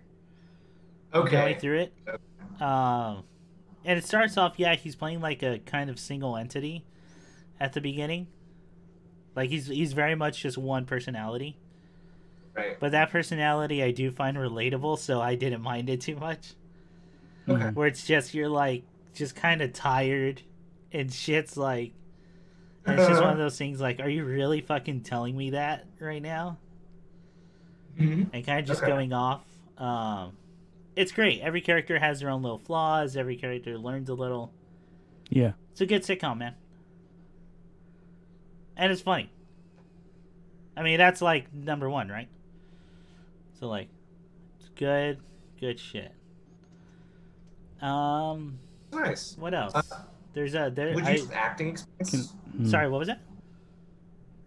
Wait, is this his first acting experience? I want to say so, man, because I haven't seen him before. I think he's just a writer, so this is kind of him cutting his teeth in it. Yeah, cutting his teeth, and you can kind of tell. But he gets better. Okay, I'm down for that. Yeah. What else? I watched so many things. I'm trying to like fucking bring up watch King of Staten Island a couple days ago. How was that? It's good, man. Is it funny? Good. Yeah. It's funny. It's a solid 7. Okay. This is coming from someone who does really like Judd Apatow. Okay. Sure. It is funny. It's kind of its most redeeming quality, man, is that it's taking people from Staten Island, right? And and Staten Island's a place that's made fun of. In fact, they talk about it, how it's made fun of more than like New Jersey. Sure. It's like it's one of those, but like bringing life to these characters and making them relatable. Okay. Going through it. Plus, at its core, like most Judd Apatow, it's a character study of a specific type of person whose own, just not, and you can see it in other Judd Apatow movies, someone who doesn't know what to do with their life, and their a refusal to do anything actually inhibits those around him. Sure. To the point where people are hurt and sent to jail. Okay. And okay. Yeah. It's decent, man. It's again, I would give it a solid 7. It just feels like it's straightforward. There's good bits in there. Bill Burr's great in it. Oh, Bill Burr's? Okay. Yeah, that's probably his best acting. Yeah, I agree. Yeah, he's gotten better. But that's probably his best acting right there. And it stars Pete Davidson. Pete Davidson. Yeah. Steve Buscemi's in it.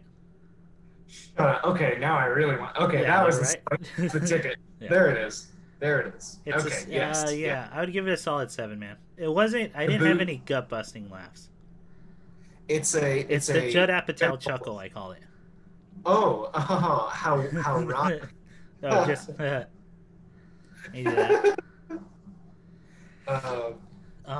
Does Buscemi play a Staten Islander? He plays a Staten Island fireman. I'm excited for that so very much. Okay. Yes. What else? Yeah, mostly building the computer, getting all that shit together. Started playing today the SpongeBob game, the new one. How's that? Battle for Bikini Bottom Rehydrated, which is a remaster of, according to Nick, the only good SpongeBob game.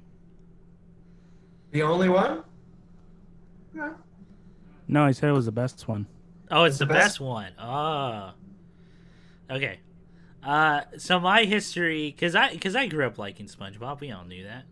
Sure. No secret. No secret. Is that I tried playing the games as a kid. Every single time I tried playing one, the discs were either so scratched or were buggy and glitchy to the point where they were unplayable after a certain point. Mm-hmm. So it's like, why even bother? So I have a huge stigma against SpongeBob games. Sure. So I'm trying to give this one a chance. It looks good. It reminds me a little bit of like the Crash Bandicoot remasters. That sounds fun. Yeah. I like Crash games. Yeah, which by the way, 4th game is coming out, which is pretty wild. Really? Yeah, of Crash Bandicoot. Have you guys played Crash Bandicoot? No, you're right. Crash Bandicoot. He was kind of in that same realm as Spyro, right? Exact same realm. Exact. Almost identical. Except it's like a straight line. Oh okay. No, it's pretty close. Except Crash, you're running towards the screen. And with Spyro, you're always flying at them bad guys. You gotta headbutt them like a little goat trip. Yeah.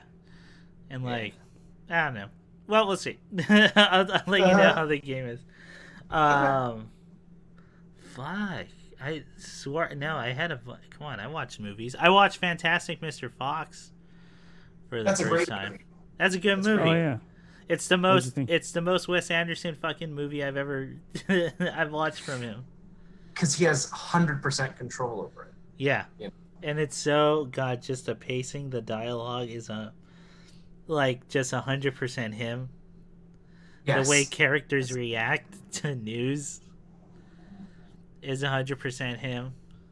You remember the line?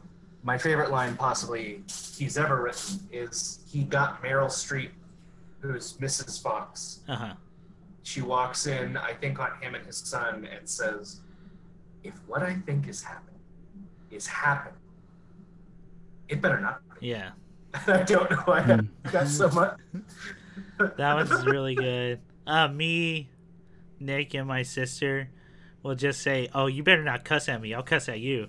Don't you cuss at me." You cussing me in my cuss. Or just like it's the epitome of a Wes Anderson scene, in my opinion. Now is the scene from in Fantastic Mr. Fox where they're in the cage, and Fantastic Mr. Fox like, "We have to get out. I think I'm gonna die." And Mrs. Fox goes, "I'm pregnant," and he just stands there and without changing tone goes, "Wow, I'm gonna be a father." And like everyone's keeping the same tone during this emergency. And then it cuts to the next scene. Yep. And I could go, well, that's what a Wes Anderson movie is. If you need a short, condensed version. The actor who plays Boris and is also Dumbledore, I forget the actor's name. Oh really? I didn't know that. The original Dumbledore or second Dumbledore? Second Dumbledore, angry Dumbledore. Angry Dumbledore. Revengeful Dumbledore. Yeah. Wrathful Dumbledore. There's the Shin Dumbledore. Liquid. Sorry. Bumbledore. He's like there it is. He's like Waluigi. Yeah. Anyway,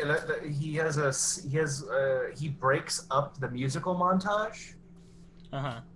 Like there's someone singing a very folksy song about Fantastic Mr. Fox digging holes and stealing food, and it ends, not weird for a folk song like a Woody Guthrie, zip zip zip zip.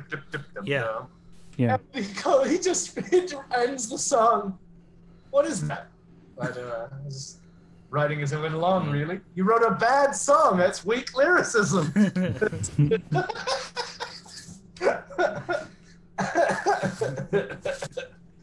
Oh man. No, so that movie's great. Yeah. Have you guys seen the trailer for his next one? Oh god, yeah. What was it called? I forget the name, which means I probably did. French Dispatch. Yeah. Wes Anderson. See, every time I talk like this is me typing. Anderson, new movie. Oh yeah, French Dispatch. Yes. Yeah, you're right. Yeah, it looks like a Wes Anderson movie. Near just in the dead of summer, but well, I guess we won't see it till what, Christmas now? Yeah, we'll see. Hanukkah. I mean, it's in time. It looks kind of neat because it gives off the vibe that it's like 3 movies put together. It's basically an anthology story. Yeah. Oh, okay. Which is awesome. I'm always in love with this. Interesting. Yeah. And it's shot in 3 different styles, which I'm excited to see also. Same here. But but you see the framing of certain scenes and you're like, yeah, that's a Wes Anderson. Oh, for sure. Like things are a little too perfect. Meticulous. Meticulous is the word. Is the exact word. Yeah. Yes. Everything is put there with the utmost care. Mm-hmm. Yeah. What else? I've been trying to learn how to skateboard. That's fun. Oh, tight. Nice. Not good at it. Was this something that you had, or did you buy a new skateboard? I bought a skateboard. Okay. Cowabunga, youth. Yeah. So to epitomize that, I also bought a sticker of Hans Moleman holding Bart's skateboard from that scene where he's brainwashed to be Bart. That's really good. But the sticker, the artist I bought it from, replaced the shirt with like a Misfit shirt and those flip up trucker hats that say like suicidal on it for suicidal tendencies. Sure. So I went, that's pretty close to what I was in high school. Would you accept if I mailed you a sticker, hypothetically? Let's say I had a sticker. Okay. Of Steve Buscemi in a knockoff AC/DC t-shirt. Saying hello, fellow youth? Hello, fellow youth. Yeah. Absolutely, yeah. I would take it. I would put it on. Okay. I would put it on my guitar case somewhere. Okay. So I've learned he doesn't say youth in the show. He says children. What's up, fellow children? I like youth better. I like youth better. Fellow youth is better. It's creepier to say children, though. It is. How you do, children? I had a long conversation about this once when I was hanging out with some people for dinner. Sadly. Because they were like, Chris, why do you... It was when I was working at that fucking after-school tutoring place. And they were like, why do you say children and not kids? And I was like, well, kids is casual. Children's funnier. Yes. But if I say youth, like the youth, I either sound old and or creepy. Yes. Absolutely you do. In that sense. But in Steve Buscemi's sense, it's funnier if it's youth. Children's a little creepier. Because he's so old. He thinks that being young is saying children. Yeah. Oh, like Seymour Skinner, or what was his real name? Tans Hanzarian. No, Tans. Yeah. Tans Hanzaria. Someone better start talking loud and typing fast. Up yours, children. Tans. I'm so close to it. I know it's Tans something. Tans on day. Tans Harzarian. Tays on day. Tays on day. Chocolate rain. Hanzaria. Yes. Is it me? Maybe I'm the one out of touch. No, it's the youth. It's the children. We're wrong. The children. Wrong. Seymour Skinner. Real name is second results on Google. Mm-hmm. Who is the real? What are we looking at here? Who is the real? Why is Skinner? Why is Skinner? No one ever asked. You ever seen Steamed Clams, but it's the opening of the Deus Ex? Oh my god, that sounds amazing. So they just took the syllables and then just made the just made the opening of the Deus Ex with it. That's fantastic. Oh, Armin Tamzarian. Armin Tamzarian. I have yet to meet anyone with any of those first names. I knew some people named Armin. I knew some people named Tanzarian. No, that I know. Yeah, that one's new. I knew at least 2 people named Armin. This is a weird tangent, but do you remember that movie Spotlight? Did you guys ever see the movie Spotlight? I haven't seen it. Yeah, great time. I had a good time. It's a dark subject, but it's a good movie. I like the movie a lot. Yeah. There's a scene in it where Stanley Tucci is playing a Boston public defender, who talks to Mark Ruffalo about being Armenian. Mm-hmm. And it's a sweet scene. It's a really nice scene between the 2 actors. And he talks about how he has an unusual sounding last name that ends in Izarian or something like that. Okay. Because he's Armenian. And one of my favorite line readings ever was Mark Ruffalo says, "Oh no, I grew up with friends who are Armenian." And he then said, Stanley Tucci got a picture, the Tooch, in a suit that doesn't fit right, saying, "Oh, you grew up and you knew 2 Armenians, you deserve a fucking prize then." Lines in any film.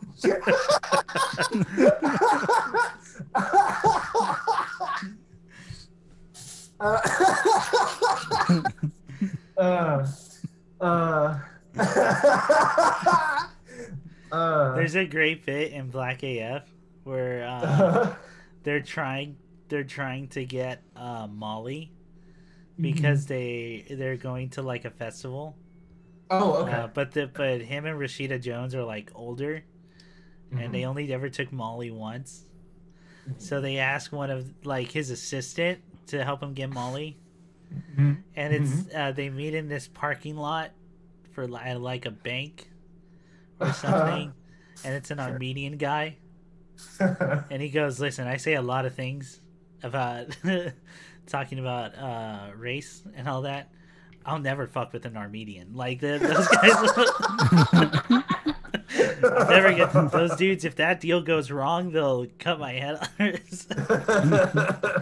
it's just such a good moment because it's after him going on like these, and righteously so, these long monologues, and then just straight into that.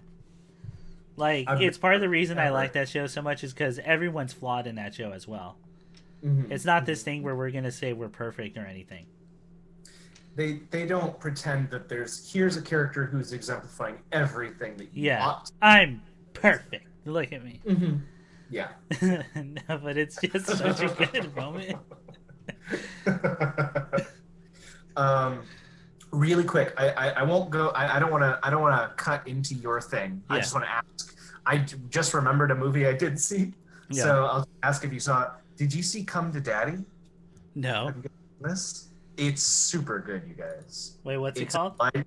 Come to Daddy, Elijah Wood picture. Oh, okay. So it's probably good then. It's he helped produce it. I don't know that he wrote it, but it's a horror film. He has a good streak on horror films for producing. Yeah, he's done really good stuff. I honestly don't want to tell you too much about the movie. Yeah. Other than it involves a man who is meeting his estranged father for the first time since he was a little boy. Yeah. And like that movie has 7 twists in it. That is not an exaggeration. It is every 10 pages. It felt like, and I say this as someone who really likes this other movie, it felt like someone who did 10 Cloverfield Lane and nailed it perfectly. Oh, okay, without the ending. Yeah, basically. Basically. Yeah. Like every 10 pages or so, you just get another fucking It's not the same genre of movie we're watching anymore. It's a musical now. It's so We're good. Paddington up in here.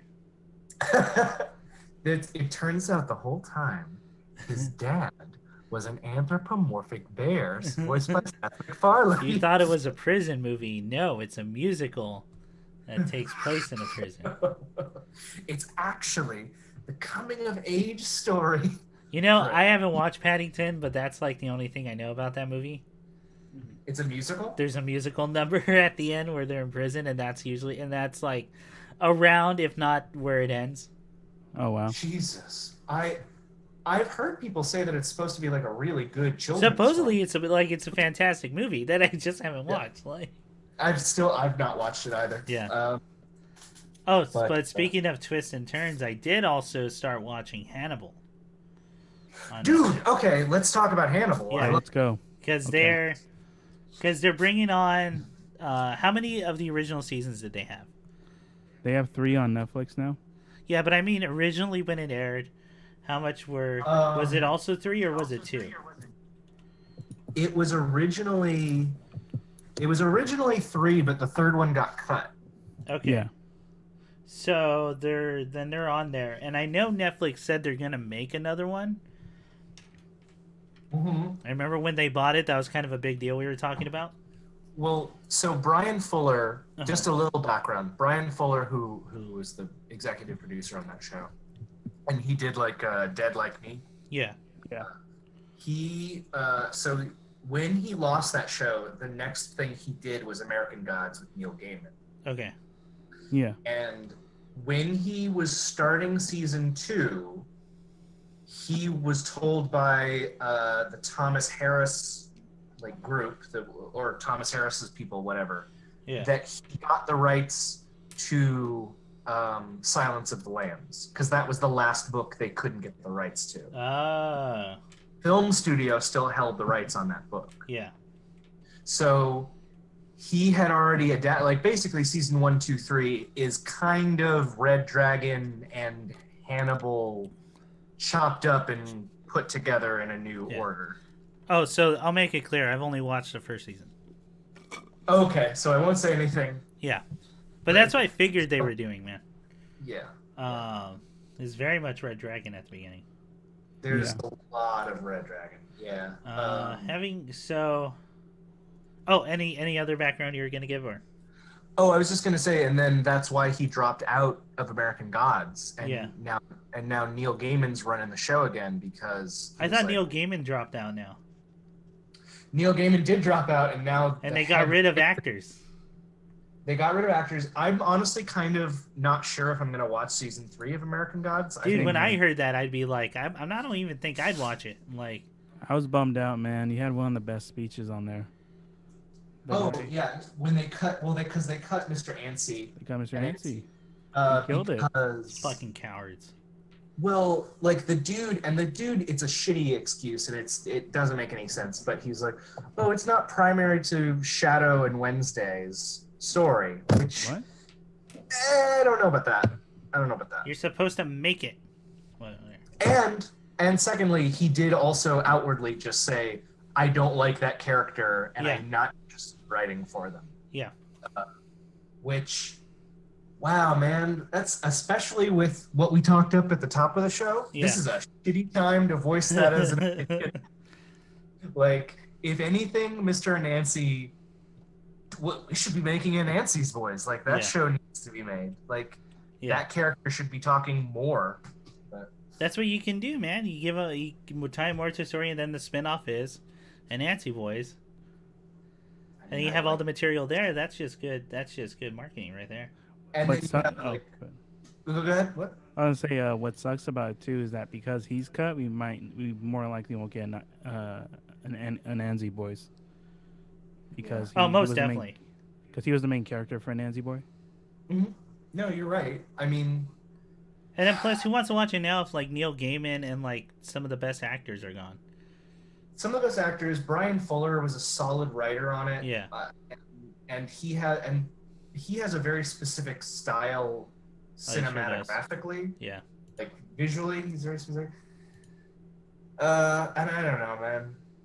It's what it makes me think of. Just a quick aside is because I know that Gaiman was trying to get a Nancy's Voice made for a long time. Yeah. In the movie.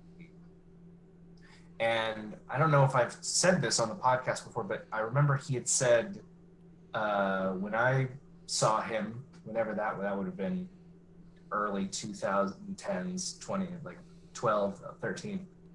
He was talking about how he had just recently met with Universal, and they were talking about doing a Nancy's Voice. And he's like, yeah, they said the exact same dumb shit they said in the 90s, which was, I just don't know that a black audience is going to be interested in a fantasy story like this. Can we make any of them white? Are you sure we can't make some of them white? Dude, I knew so many black nerds and it's ridiculous. I mean, the idea that it's so ludicrous I won't even say it. Like the idea that what a fucking stupid idea. Like how many people love. It's not like just whites watch Peter Parker. Yeah, and it's not like and comic books, man. I was just gonna say the most popular Spider-Man is Miles Morales. Yeah. As far as I can tell right now, most people as of right now, yeah. Moon Knight represent. Crazy psycho Bible loving. The best, the most grossing films right now are all people in tights with superpowers, and you're telling me, well, you know what? Maybe there are certain audience that aren't ready for it. Yeah, I don't understand. It's crazy, man. It's stupid. It's ridiculous. It's like, yeah, of course they left. Why would you? You're deliberately alienating them. That's why. Yeah. It's but we are getting. Did you hear that Tiger Waititi is going to direct the next Into the Spider-Verse? I did not hear that. Is that true? Oh, they got him as director? That's what I've been. That is the. So the brothers are not still on? Oh, you mean no? They're writing it. Oh, duh, yeah. What I heard is that directing was going to be Waititi. That'd be great. We'll see, and then that means he's got 3 superhero movies. Yeah, he's got that. He's got Thor, Jojo Rabbit, Jojo Rabbit, the superhero, and Deadpool 3. All going to be that's true. Films. I forgot he's supposed to be. God, I can't wait for that movie, dude. The second one. Holy crap! I mean, the first one killed it. So yeah. Will they get Miguel O'Hara? I hope. Here's my thing with Miguel O'Hara. Yeah. Because I'm of the opinion I think we can make him enough movie that there will be a third one. Just rules of 3 in film, in movies. Sure. I want Miguel O'Hara to be an end credit gag every time. Oh, it's like what's he up to? Yeah, but the third movie, he shows up in the last 5 minutes before the movie ends, and the line would be, "I made it out of the credits." That would be funny, actually. Oh, nice. And he never does anything. I know they teased Spider-Girl. They did. They did. And they've I know the writers have been saying, yeah, we're trying something with the Super Sentai Spider-Man. And I don't know if this would count to the rule of 3s, but I know that Sony greenlit Spider-Gwen her own movie. I've heard that too. So that's going to be its own thing. So, what you gonna do? Would it be a live action or? No, it'd be animated in that. Oh, interesting. Mm-hmm. To be fair, I think those 2 are probably the only ones I liked from when they try to reboot or when they try to get new. I'm sorry, those 2 and Camilla Khan, Miss Marvel. Yeah. Those are the 3 I like. And Squirrel Girl's always been Squirrel Girl, so. Squirrel's, yeah. I do think that there was a certain degree to which I appreciate the attempt, but there is something kind of frustrating about not just allowing people to create organic new characters and instead there was like that moment where they just redid all the characters as people of color. Yeah. Like there's something kind of that feels half-hearted in that effort. Yeah, I totally understand that. Iron Man was the worst. It was bad.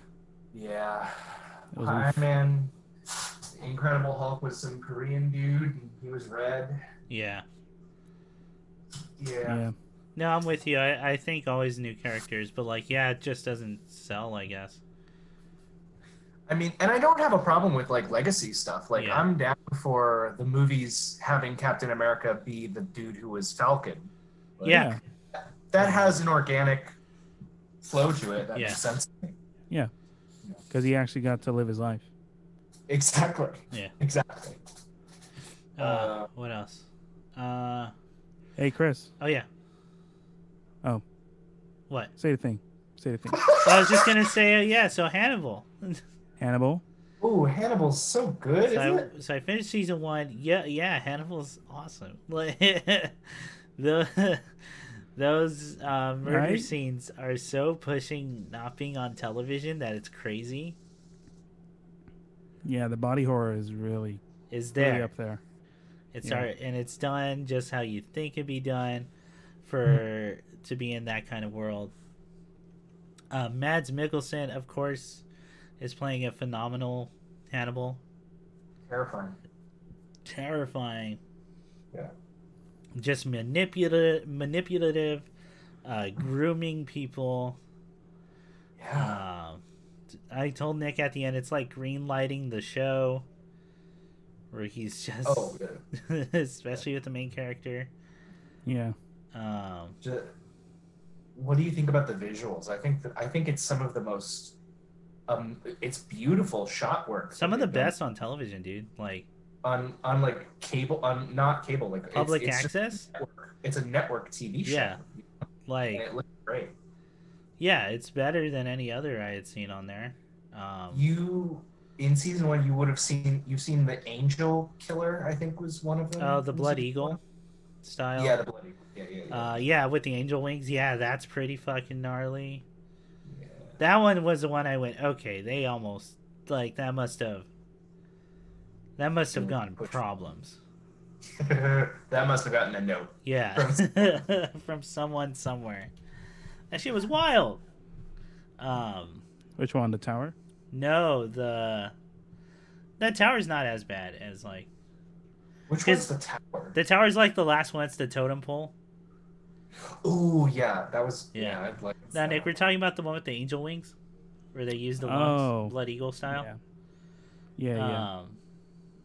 No, man, and the story's solid, and it keeps going and going.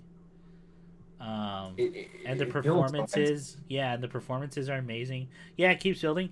And I was telling Nick, like, I watched that first season. I was like, oh man, like I knew they had gone like shut down halfway through season 3. Mm-hmm. But I looked at it and went, man, they didn't even think they were getting a second season. Yeah, and you could tell like halfway through that first season, because they were just going for it. Like, I think that Bryan Fuller, because that's like one of his most successful shows. Oh, really? As far as longevity, most of his shows got canceled. I think. Yeah, Pushing Daisies got canceled, and like. Oh no. Dead Like Me got canceled after two seasons or so. Yeah. Mm-hmm. He's got a bad track record with keeping them on, so I think he developed a slight appetite for just do all the good stuff now. I don't know how long it's gonna be. Yeah. So let's just go for it. No, and it's phenomenal. I can't wait to see the second season. Of course, I feel bad not watching it sooner. But better late than never. Agreed. Oh, for people who need like background on like some of my history with that, with those stories, there was a good while where Silence of the Lambs was like my favorite movie. Mm-hmm. It's because I loved it so much. That was like early high school, maybe late. But fuck, do I love those stories. It's a good movie.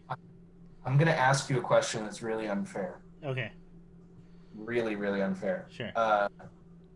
Who is Hannibal Lecter now? In your mind? In my mind. Oh, in my mind. I don't know. in my mind, I still think Anthony Hopkins. Okay. But I think that's solely because I grew up on that. That makes sense. And we'll see after I watch the show, because like I said, I love this performance of Hannibal. Mm-hmm. Like, a lot. So we'll see if I... Because, like, so far, it's just... how do I put this? I guess it's hard to break that legacy, right? But Mads Mikkelsen is doing such a fucking phenomenal job. It's to me, like, when I think about his performance, he's hitting these notes that are recognizably the character. Yeah. You know, he's polite and soft-spoken and kind of and thoughtful person. Yeah. Who is terrifying. Oh, yeah. Like, if you're not looking for the red flags, like, then you could totally be fooled by this guy, right? He seems like a very charming, delightful person, yeah. But just by the very fact that I know it's Hannibal, like, I hear certain ways he says things, and I'm like, oh, fuck, dude. Yeah.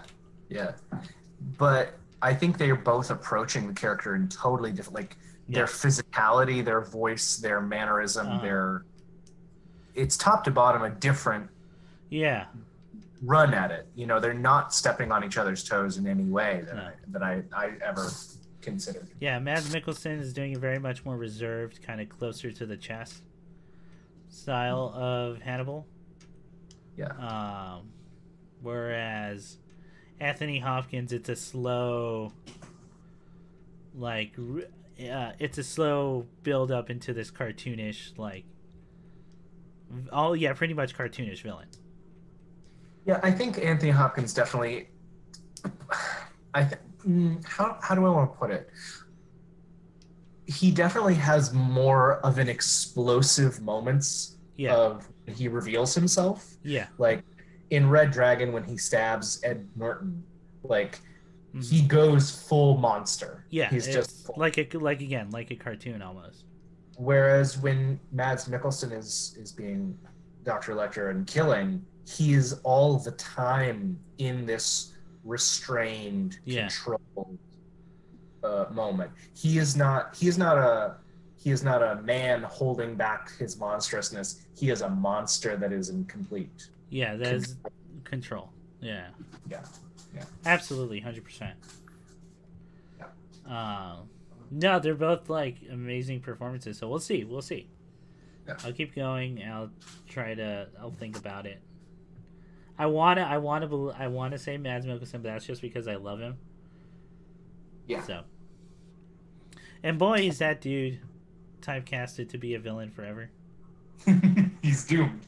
He has no hope. And he's a professional ballet dancer. And really? Oh yeah, you didn't know that? You should look it up. I professional level. Like I think he's like trained with the Russian ballet. That's intense. That's him. So for real, you know. So that's the other big one. I can't think of anything off the top of my head, like anything else, man. So I'll just pass off to Nick unless I think of something. Hey, Chris. Yeah. Can I ask you a question? Sure. How did you feel after watching Uncut Gems? Oh shit! I forgot I watched Uncut. Yo, Uncut Gems is great. Anxiety the movie. Yeah, Anxiety the movie. It's so hard to watch. It's that movie. That movie starts off with literally like blood diamonds, and then it goes and it's just people yelling over each other, and talking over, and you have to be paying attention to all the conversations because the main character is. And like and it's all this anxiety, and you're like, okay, is this anxiety that I'm feeling with the character mean I'm supposed to like him? And I'm convinced no, because the more you get onto it, the more you're like, oh, this dude, like, I wanted to see him fail. He has easy ways out. There's so many, dude, that's the thing, right? There's so many moments you could be like, you could get out, this is your out. And then the greed that comes on, you know. It's a man whose greed and selfishness yeah, precludes him from making the smart choice ever. And the last moment of greed is literally, let's bet on the fucking Celtics. Mm-hmm. Yeah, it's let's do a sports bet. It ends the way you thought it was gonna end. It ends well. It ends how I thought it was gonna end, dude. But it's still so sudden that it still takes you by surprise. Yeah. Yeah. Just holy shit! And you see how it's bringing down like his family, like on the kids' levels as well. He is a poison in everything he touches. Yeah. It's God, that's probably the best way to put it. Yeah. I think it might be Adam Sandler's best role. I agree. Best. I'd put it up in the realm of what's the Paul Thomas Anderson movie he was in? Punch Drunk Love. Punch Drunk Love. I'd put that in the same. I think it's better than Punch Drunk Love. I think it's way better. Yeah. I think the performance is better. Like Punch Drunk Love is a close second. Don't get me wrong. Yeah. Because that was of course the one, right?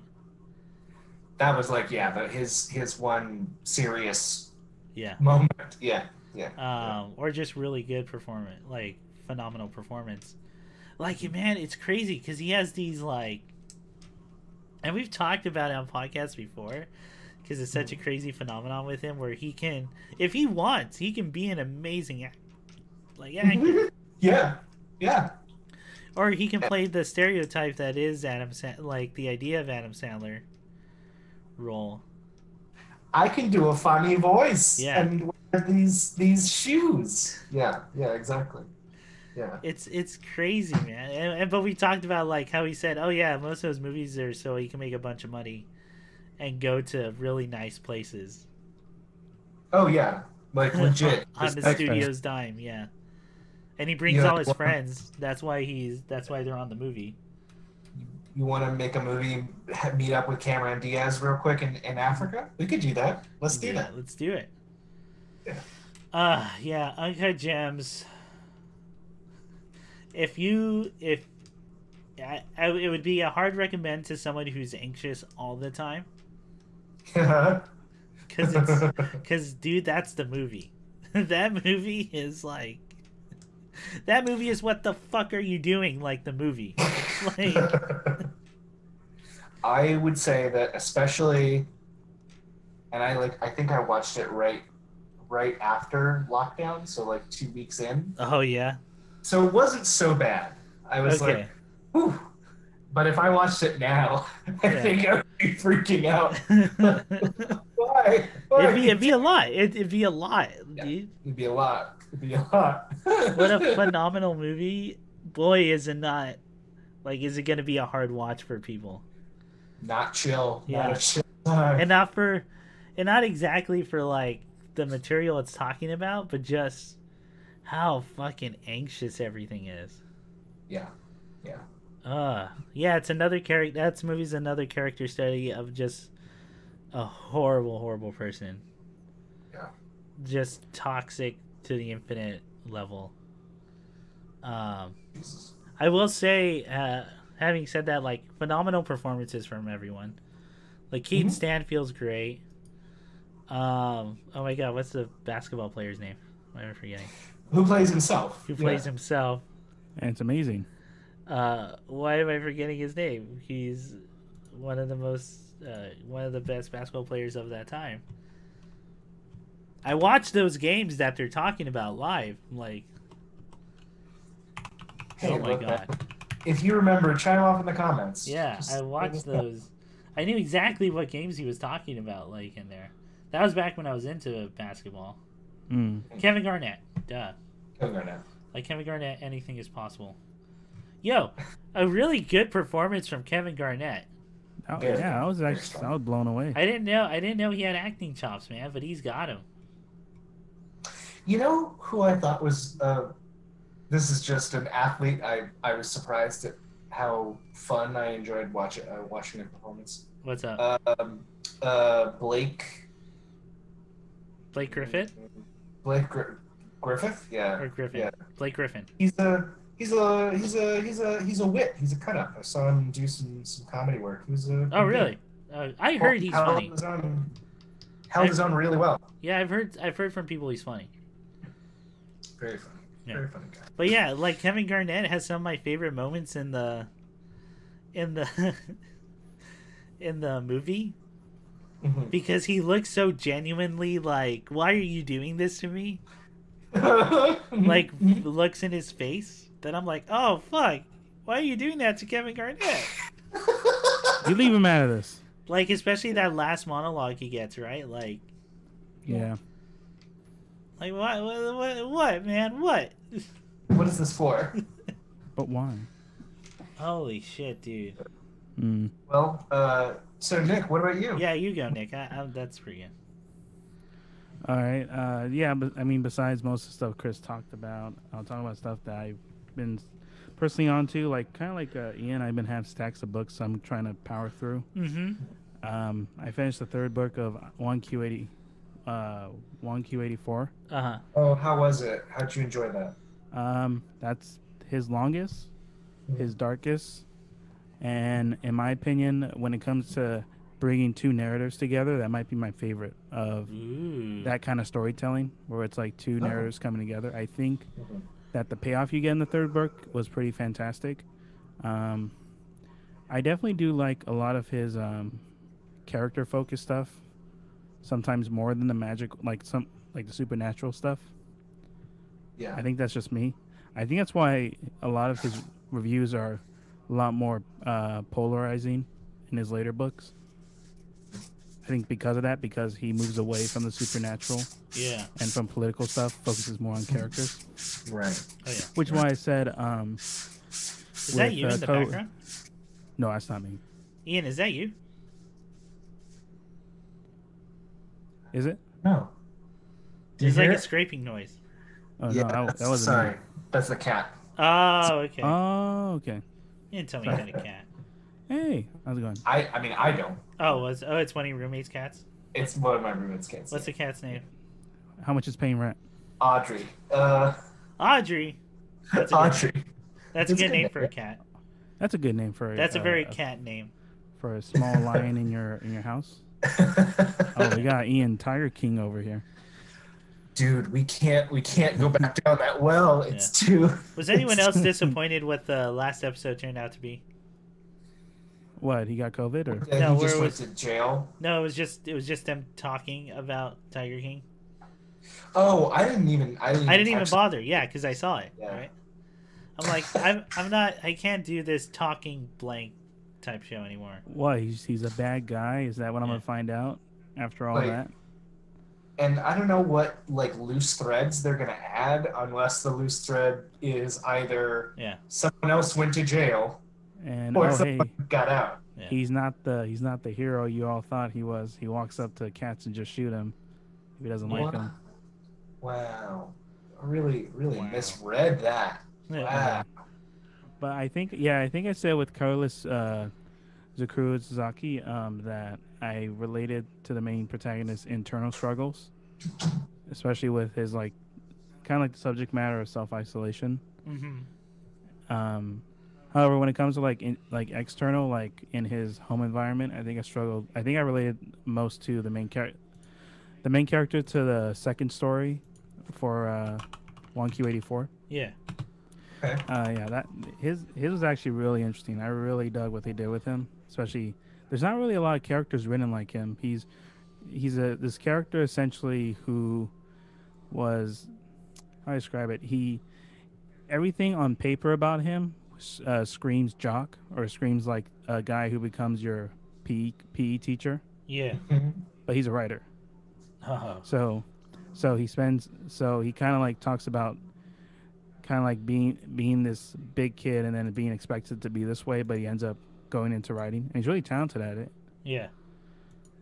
I do think a lot about, what do you think about this? Because one thing I think about is, I think that just the kind of demeanor that writers tend to have mean that we tend to focus in on a certain type of person's psychology, mentality. Mm-hmm. There's fewer fiction stories that are told from the perspective of a mathematician or a jock even. Well, it's people who write books like are always told write what you know, and what do they know more than themselves? Yeah, I think you find out they don't know themselves that well. they really don't. But I always felt like Murakami was very good about kind of doing the work of empathy. Yeah. And looking at people who are, which I think is like one of the main jobs of any writer. So. Yeah. And in I think theory, yeah. Yeah. And I think that's why he ended up shifting from a lot of the supernatural and like political stuff from his early books to character focused stories. Yeah. I always wondered if that was also because the government kept getting on his ass. Probably. Like they did their best to try to make Underground not do well. Oh yeah. Or to just bomb. How did they try and? If I remember correctly, he did stuff like they couldn't. Bookstores would just not like display it. I think it became like very hard to get in Japan. Yeah. Okay. Like that, and it was easier. It was weirdly easier to get outside of Japan. Easier to get in the West. Mm. I mean, it's part of the reason he became like a big author, like here in the West, is because a lot of his stuff just wasn't becoming popular over there, because so many things were against him. Right. Even though now he's highly recognized as one of the best Japanese authors, possibly of all time. Right. Yeah, and after that, I finished up reading. I think I finished up reading all his published short story compilations. Nice. So I finished reading his latest one, Binding Willow Sleeping. Shoot, let me get the name right. Blind Sleeping. Yeah. Cougar. Cacodemon. Oh, I wish it was a Cacodemon. Sleeping. Blind Widow, Sleeping Women. Oh, okay. Yeah. Yeah, I think that might be my favorite of his short story bunch. Man, gotcha. this guy likes Raymond Carver. It is insane. Like, it's so apparent in his in his short stories. Yeah. Yeah. Sure fucking does. Yeah. And I did end up finish reading the entire book of Where I'm Calling from Raymond Carver. Oh, okay. Chris lent me. Oh, wow. I completely understand why he got the awards and respect that he did. Yeah. That guy was a genius. Like, I was blown away by Cathedral. And he's the only author where I had to read one story and then I had to read one story a day, regardless of the length. Oh, yeah. To really think about, like, what there's so implied. Much each story, man. Yeah. They're dense pieces of it's like you're happy that they're short stories because you have to go through them like one sentence at a time. Yeah. Yeah. My favorite was besides Cathedral, I think one of my favorites was what do we do? Oh yeah, what do you do in San Francisco? And what I'm talking about when we talk about love. What are we talking about when we're talking about love? Yeah. Is probably the one everyone has read. Yeah. Because that's like a high school one that people use for short stories to dig into. Yeah. Yeah. No, Chef House was great. But it's good for a reason. Oh yeah. Classics are classic. Yeah. For reasons. Yeah. Yeah. Yeah, and then besides that, I finished reading the second season of Monogatari. I finished Neko Monogatari. Nice. Probably my favorite, probably like the top 2 character studies this author does. Where essentially you have someone transitioning from high school to college, and then kind of like they're in a position where they're forced to like really introspect and think about what they want to do with their life. Right. So because of that, a lot of the facade they put in front of others is kind of taken away. Or kind of like with Naruto and Fooly Cooly, where he takes his anger out on other people. Mm-hmm. Right. I do think I like it more in the book because you do see the main character's thought process for his actions. Where in the show, you just see his actions, and at most you get cutaways of a single line of text, and that kind of is the show's way of surmising his long monologues or long like internal dialogue. Oh, okay. So that's how the show show deals with that problem. But when you get it in the book, like it doesn't hold him back at all. It actually like fleshes out a lot of his actions, and I really dug it. Okay, cool. Right on. Yeah, and then and I still feel the same way I said on Kingdom Hearts playthrough. The third season, the final season of it is fantastic. The payoff you get with all the characters that are established in the first season is completely worth it. That being said, I do agree that out of all the parts overall, the 3 movies of the prequel of Bakemonogatari is still my favorite. But show-wise, the final season overall, I still love to this day. Like I'm still blown away, especially reading it. Again, seeing the thought process between the characters instead of just seeing their actions in the show, like completely fixes like any issue the issues I had with the show. So just clarify, you're saying books are better than TV? Yes, absolutely. Okay, cool. That's the end result. Books aren't real. Cops can't read. Excuse me. Fuck the world. It ain't real. I bend a spoon with my mind. All wise words one man once said. Yeah. So hey, here's a good transition. Nick, you were talking about Kingdom Hearts. Yes. Guess what, you guys? We might need a new stream. All right, we're done. Hang on. Oh my god, no, are you telling me? Are you serious? All the rhythm game. Oh shit. We're not playing a fucking rhythm game. Oh, you saw it? Okay, so you saw it. Oh no. I've seen a trailer for that. Yeah, we're not. Oh shit, I forgot about the rhythm game. Okay, let's talk about it. Okay, fuck what I was doing. Do you doing. notice how That's what I'm doing right now. They're using the PS2 models, like the PS2 remastered models? No, I did because they don't look like the Kingdom Hearts 3 guys. But no. So at first I was like, we could probably ignore this then for the most part. But then they cut to what the ending is going to be. And it's obviously Kyrie's story in that. Oh no. God fucking damn it. Do I have okay. So well, you guys were narratively content for the channel is what sure is what happened. The fact that there's a rhythm game for fighting Xehanort in Kingdom Hearts 2 is pretty great. Yeah. Can we just watch cutscenes go? We don't have to play a rhythm game all the way, right, guys? So I wonder if there is going to be like a way to view cutscenes after you unlock them. Okay. So if that's the case, I'll unlock the cutscenes. All right. We'll see when the game comes out. When is it? That's a good question. Hang on, I'm watching the trailer right now. Yeah. Hey, Ian, do you know what the? It just says 2020. Yeah. Do you know what the game's called?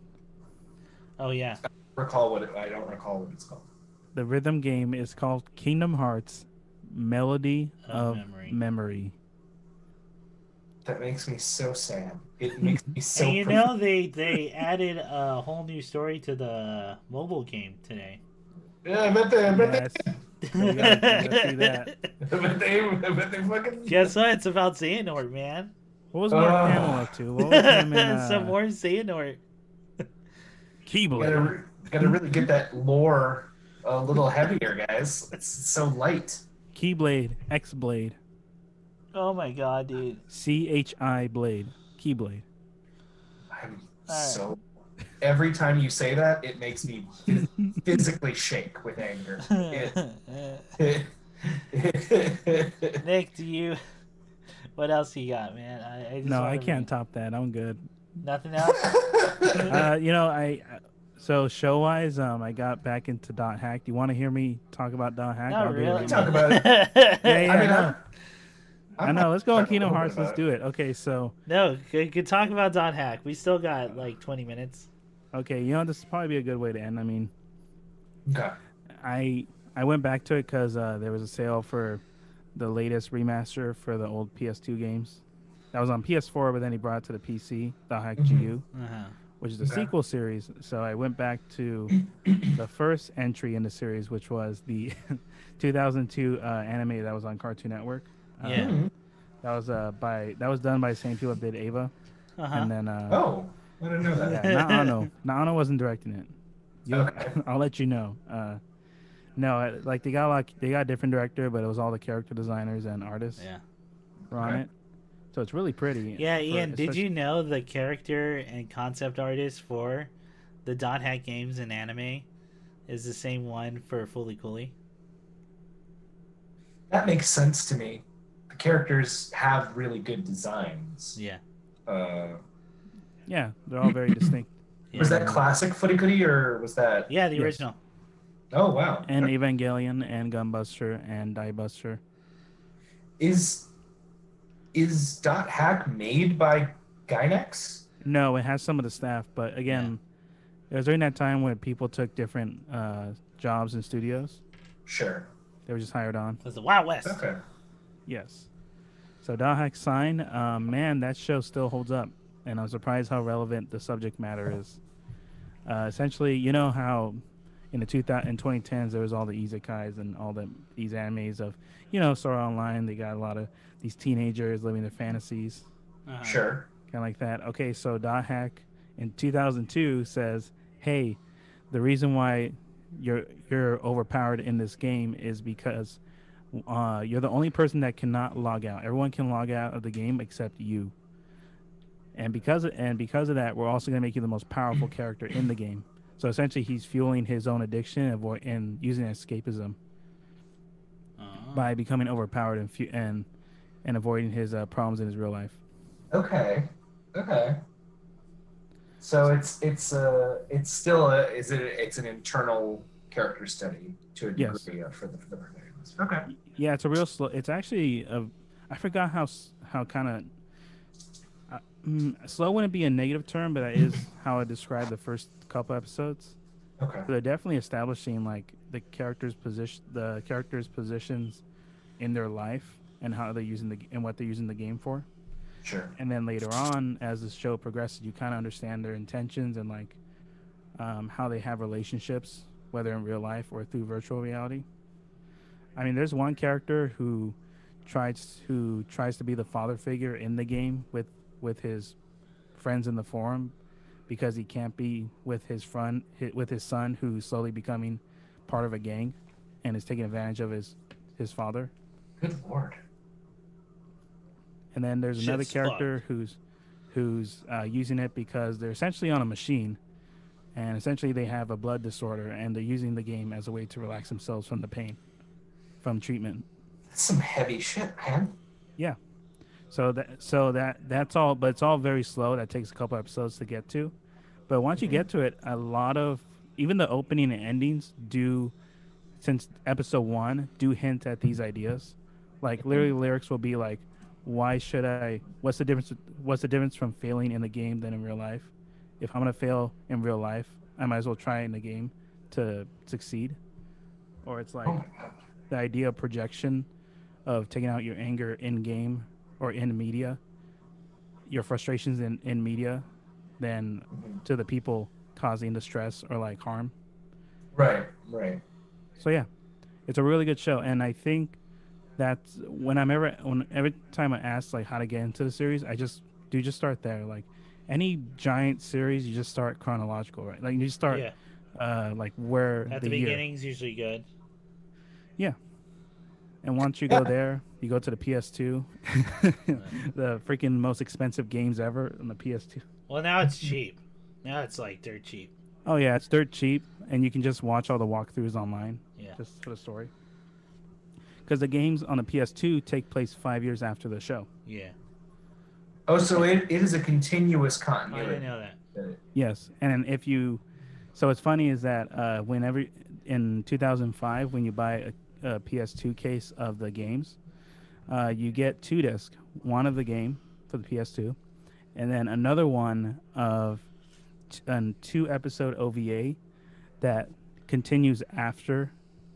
essentially connects the first game to the second game and so on. So the idea is you play the game, then watch the 2 episodes of the OVA, and then play the next game. Okay. I mean, go ahead. Oh, no, I was going to say, and that's where I get to GU, Last Recode, which was the remake 2 years ago that Bandai did.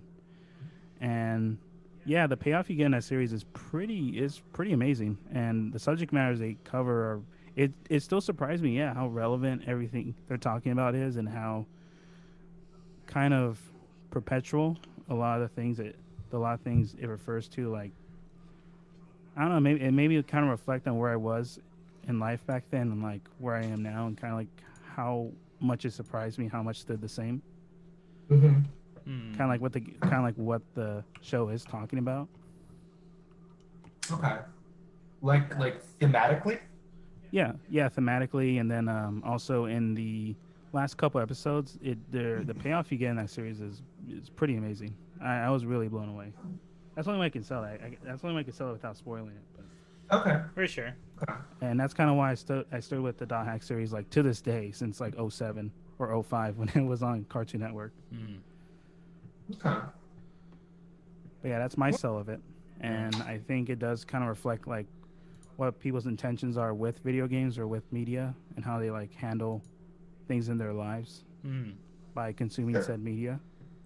Yeah, it's really interesting, and I think it's very relevant even now, especially when people are consuming media the most at the moment, and kind of like how they're using it for stress relief, and how people are saying like, oh, I can't play this game because it's too stressful, and stressful in real life, what I'm seeing on TV, and like the weird attachments people have. Exactly. Yeah, dude. Okay, literally, that sentence like encapsulates one of the characters. Oh, okay. Because one of the things I always talk about, like, or what I always think about, is that the level people put media and or consumer products as their identity always blows my mind. Yeah. Like, but that's a big topic for a later day. Could I actually? I have a short little story I could mention. Go for it. It's exactly to that point. Yeah. So, because that's a big topic I can talk about, but we don't have time today. So there's this woman I know. We're talking to her on the phone the other day, and she has a friend of hers who works at Disneyland. Okay. And she was like, she works at basically the private concession, which is like, there's like a secret food court that's just for people who work at Disneyland. They can go. Yeah, I've been there. Fucking cool. Must be cool to be cooler than all the. That's fine. No, it's all right. I prefer like the back. I don't know. A bit too much for me. So my friend is asking her Disney hookup. Hey, what's some weird work gossip you have? What's the weirdest thing that's happened as an employee at Disneyland? And she says, well, last year there was she was very close. This woman was very close with the person who plays Snow White in the park. Okay. And she's like, what you need to know first of all, which this doesn't mean anything in the story, but she's a face, which means that she is a character who is not in a mascot costume. Yeah. They're getting paid like the top dollar at Disney. Yeah. They get at the parks, they get paid the most probably. So Snow White in her real life is married to a man who is Captain Jack Sparrow at Disneyland. Okay. Okay. And I mean that's not entirely inconceivable. No. I'm sure they have a lot in common, a lot to talk about. And so they've been working together and married for 4 years. I don't know how long they were working at Disneyland before, but they've been married and working for 4 years. Wow. And they have a blow up in the cafeteria one day. Sick. Oh wow, World Star. freaking out. Big fight. Okay. It turns out she has been having an affair with Nighttime Jack Sparrow. Oh! The guy who plays Jack Sparrow at night. Dun, dun, dun, dun, dun, dun. Which there's a lot to go into, not least of which is that woman has a type. No, she does. Really specific. And then Johnny Depp shows up on the scene. Holy shit! Clone him while you're at it. That seems like such a unnecessary step. Keep the costume on. Roy, you don't even wear the beads at home anymore. I don't wear the beads.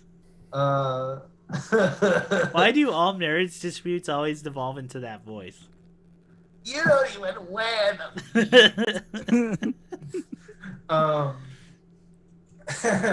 But to your point, that's actually relevant. Yeah. It's actually super terrifying, the idea of two people who married each other probably because their identity is around Disney as a corporate brand. Yeah. Mm-hmm. Like to center your, I mean, ideally, if it's your idea of your partner in marriage, your probably most intimate relationship you have in your life around, we both like this one company. Yeah. That's, oh my God, that's legitimately unfathomable to me. Liquid Sparrow. Yeah. Damn. We're gonna fight shirtless on top of Matterhorn. Nighttime Jack Sparrow. Nighttime Jack Sparrow. The freaking monorail is gonna keep going, and children are gonna come in and out of it, and then you have two of the same guy shirtless, punching each other. You'll never love her like I did. Anyway, that's great. Anything else, Nick? No, that's pretty much it. You want to follow that up? No, I can't. That was amazing. That's some juicy gossip. Right? Yes. That's good to yeah. Oh, no, you know what? We don't have time for it. Well, I'll say it first. Man. Yeah, that's amazing. All right, so what do y'all anything you're looking forward to in particular? Any recommendations before we head out? Go ahead, Nick. Like Chris said, shout out to Matt McMuscle's amazing web series, What Happened. Yeah. Absolutely great research goes into it for the video game industry. Entertaining as well, like good editing. Oh yeah. And I would say that, yeah. It's dumb because it's a show from 2002, but it's the most relevant thing I've watched in a while. Yeah, please go watch The Hack Sign. It's crazy how much it relates to, about escapism in stressful times. It's okay. I have an old movie recommendation too that I'm gonna give. Oh, was it Silence of the Lamb or? No. Oh, is it good? I don't know if it's good. Silence of the Lambs? Is it good? It's all right. It's okay. It's okay. It's a comedy. Go watch it. Yeah. That guy's voice was too deep. I don't know why. I thought he was Anthony Hopkins. No, Buffalo Bill. Oh, Buffalo Bill. Because if he's Ted Bundy, had like at the time, dude, there was nothing else like it, and it was pretty creepy. Yeah. Now, and then there was a bunch of copycats of Buffalo Bill. So I think that Chris Griffin, like Seth Green doing Chris Griffin's voice, was supposed to be like a messed up version of Buffalo Bill. Yeah, it's supposed to be something like that. Oh, okay. Anyway, anything else, Nick? Looking forward to. I like to finish Hannibal season 2 and 3 on Netflix. Rewatching them again is definitely great. Besides that, video game wise, a lot of stuff announced won't come until like way later in the year or next year. Okay. Besides that, I'm looking forward to the router that is the PS5. Seto Kaiba looking thing. The pop collar. PS5, the fan PS5. I'm looking forward to the sex box too. The monolith. The sex box. It's like a It's like a futuristic Georgia O'Keeffe sculpture. The refrigerator. Console of color. That is the sex box. The monolith. Oh, the monolith? I like the refrigerator, but monolith is refrigerator's better. Yeah, man. Anything else? There's a bunch of game announcements coming on, so we haven't parsed through them all yet. There is. I won't say anything yet, but I'm still going through Persona 4 Golden on Steam. Yeah. So I'll Where you at? I just finished the tutorial, dude. Like it's you're right. It took a while. The first 3 hours without gameplay. Yeah, it took. Without getting into what the game is. Yeah. So I'll have my thoughts next time, definitely for sure. Hey, make sure you talk to the sun guy. I will, man. I know. You don't want to know what happens to him if you don't talk to him. I know. I let the guy in P3 die. You know what? I felt bad. I'm sorry. I'm thinking about the P3 guy. Yeah, P3 guy. I messed up. He died, but then I retconned with a new save file, and I went through it, and I didn't like it. Yeah, the only reason you complete it is so he doesn't die. So he doesn't die. Yeah, I don't like him, but he doesn't have to die. Yeah. For Ian, if you don't know, in Persona 3, there's a social link you can have with this guy. He's of the Sun Arcana, and he has cancer. And you're talking to him, and if you don't finish that social link, he dies of cancer because you didn't give him a reason to keep fighting and living. Holy shit. That's too much pressure. I know, dude. Like, it's fucking... That's why you complete it. I felt so bad. And it's not even that good of like a payoff other than, hey, he didn't die. Yeah. Because you're fully responsible for his life. The game makes you full. Hey, you want to talk about tough decisions, man? You have to be friends with someone you don't like or they die. Yeah, we definitely won't have time to talk Last about of Us 2 can never do that. Oh, part 2. Hey, do you know any character that went through anything as Hey, I love that meme, dude. Elliot? I love that meme. Still my favorite. Everything has been great. Yeah. Best response, someone just quote tweeted and went, the people at Naughty Dog because of their crunch. Oh no. All right, let's wrap it up. Anything else, Nick? No, that's it on my end. All right, Ian? I'd say that I'm most excited about, I'll go art and then life. So art, I'm in the middle of a nonfiction book right now. Right on. It's about LGBT movement in the 50s and 60s that kind of led up to Stonewall. It's called The Homosexual versus the United States. It's about this astronomer who essentially filed this lawsuit in 57 and then became like a really big movement in legal circles for LGBT folks.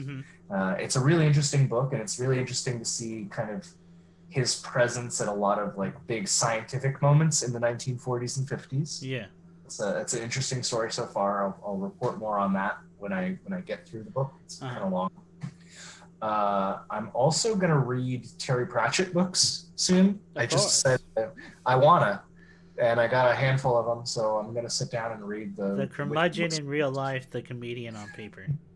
Oh, absolutely. What a he's so funny. He's actually there's no way I think everyone who talks to him has a bad time. Yeah, it's like he's a curmudgeon. Even Neil Gaiman's like he's a curmudgeon. Who's that? Yes. I love Terry Pratchett. Anyway. All right, sorry, I've got to wrap it up really fast. So all right, then I'll do one recommendation for everyone. Okay. Black Girl. You can find it on the Criterion Collection. It's a movie. It's a post-colonial movie. It's a great just another way to educate yourself on sort of the feelings like that Black people were going through at the time, post-colonial. It's a 1966 film.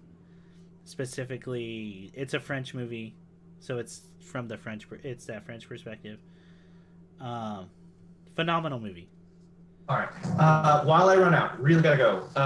I just want to let everyone know that on the 4th of July, there's going to be a march for Native American folks that you should definitely see. It's going to be intersectional with Black Lives Matters. Uh-huh.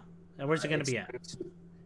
It's going to be at the Oliveira Street all the way to City Hall from noon to 3 on the 4th of July. It's the Tongva Land Rights. That's Tongva, native to the LA area, Black Lives Matters, and against ICE concentration camps. I highly recommend that. Absolutely.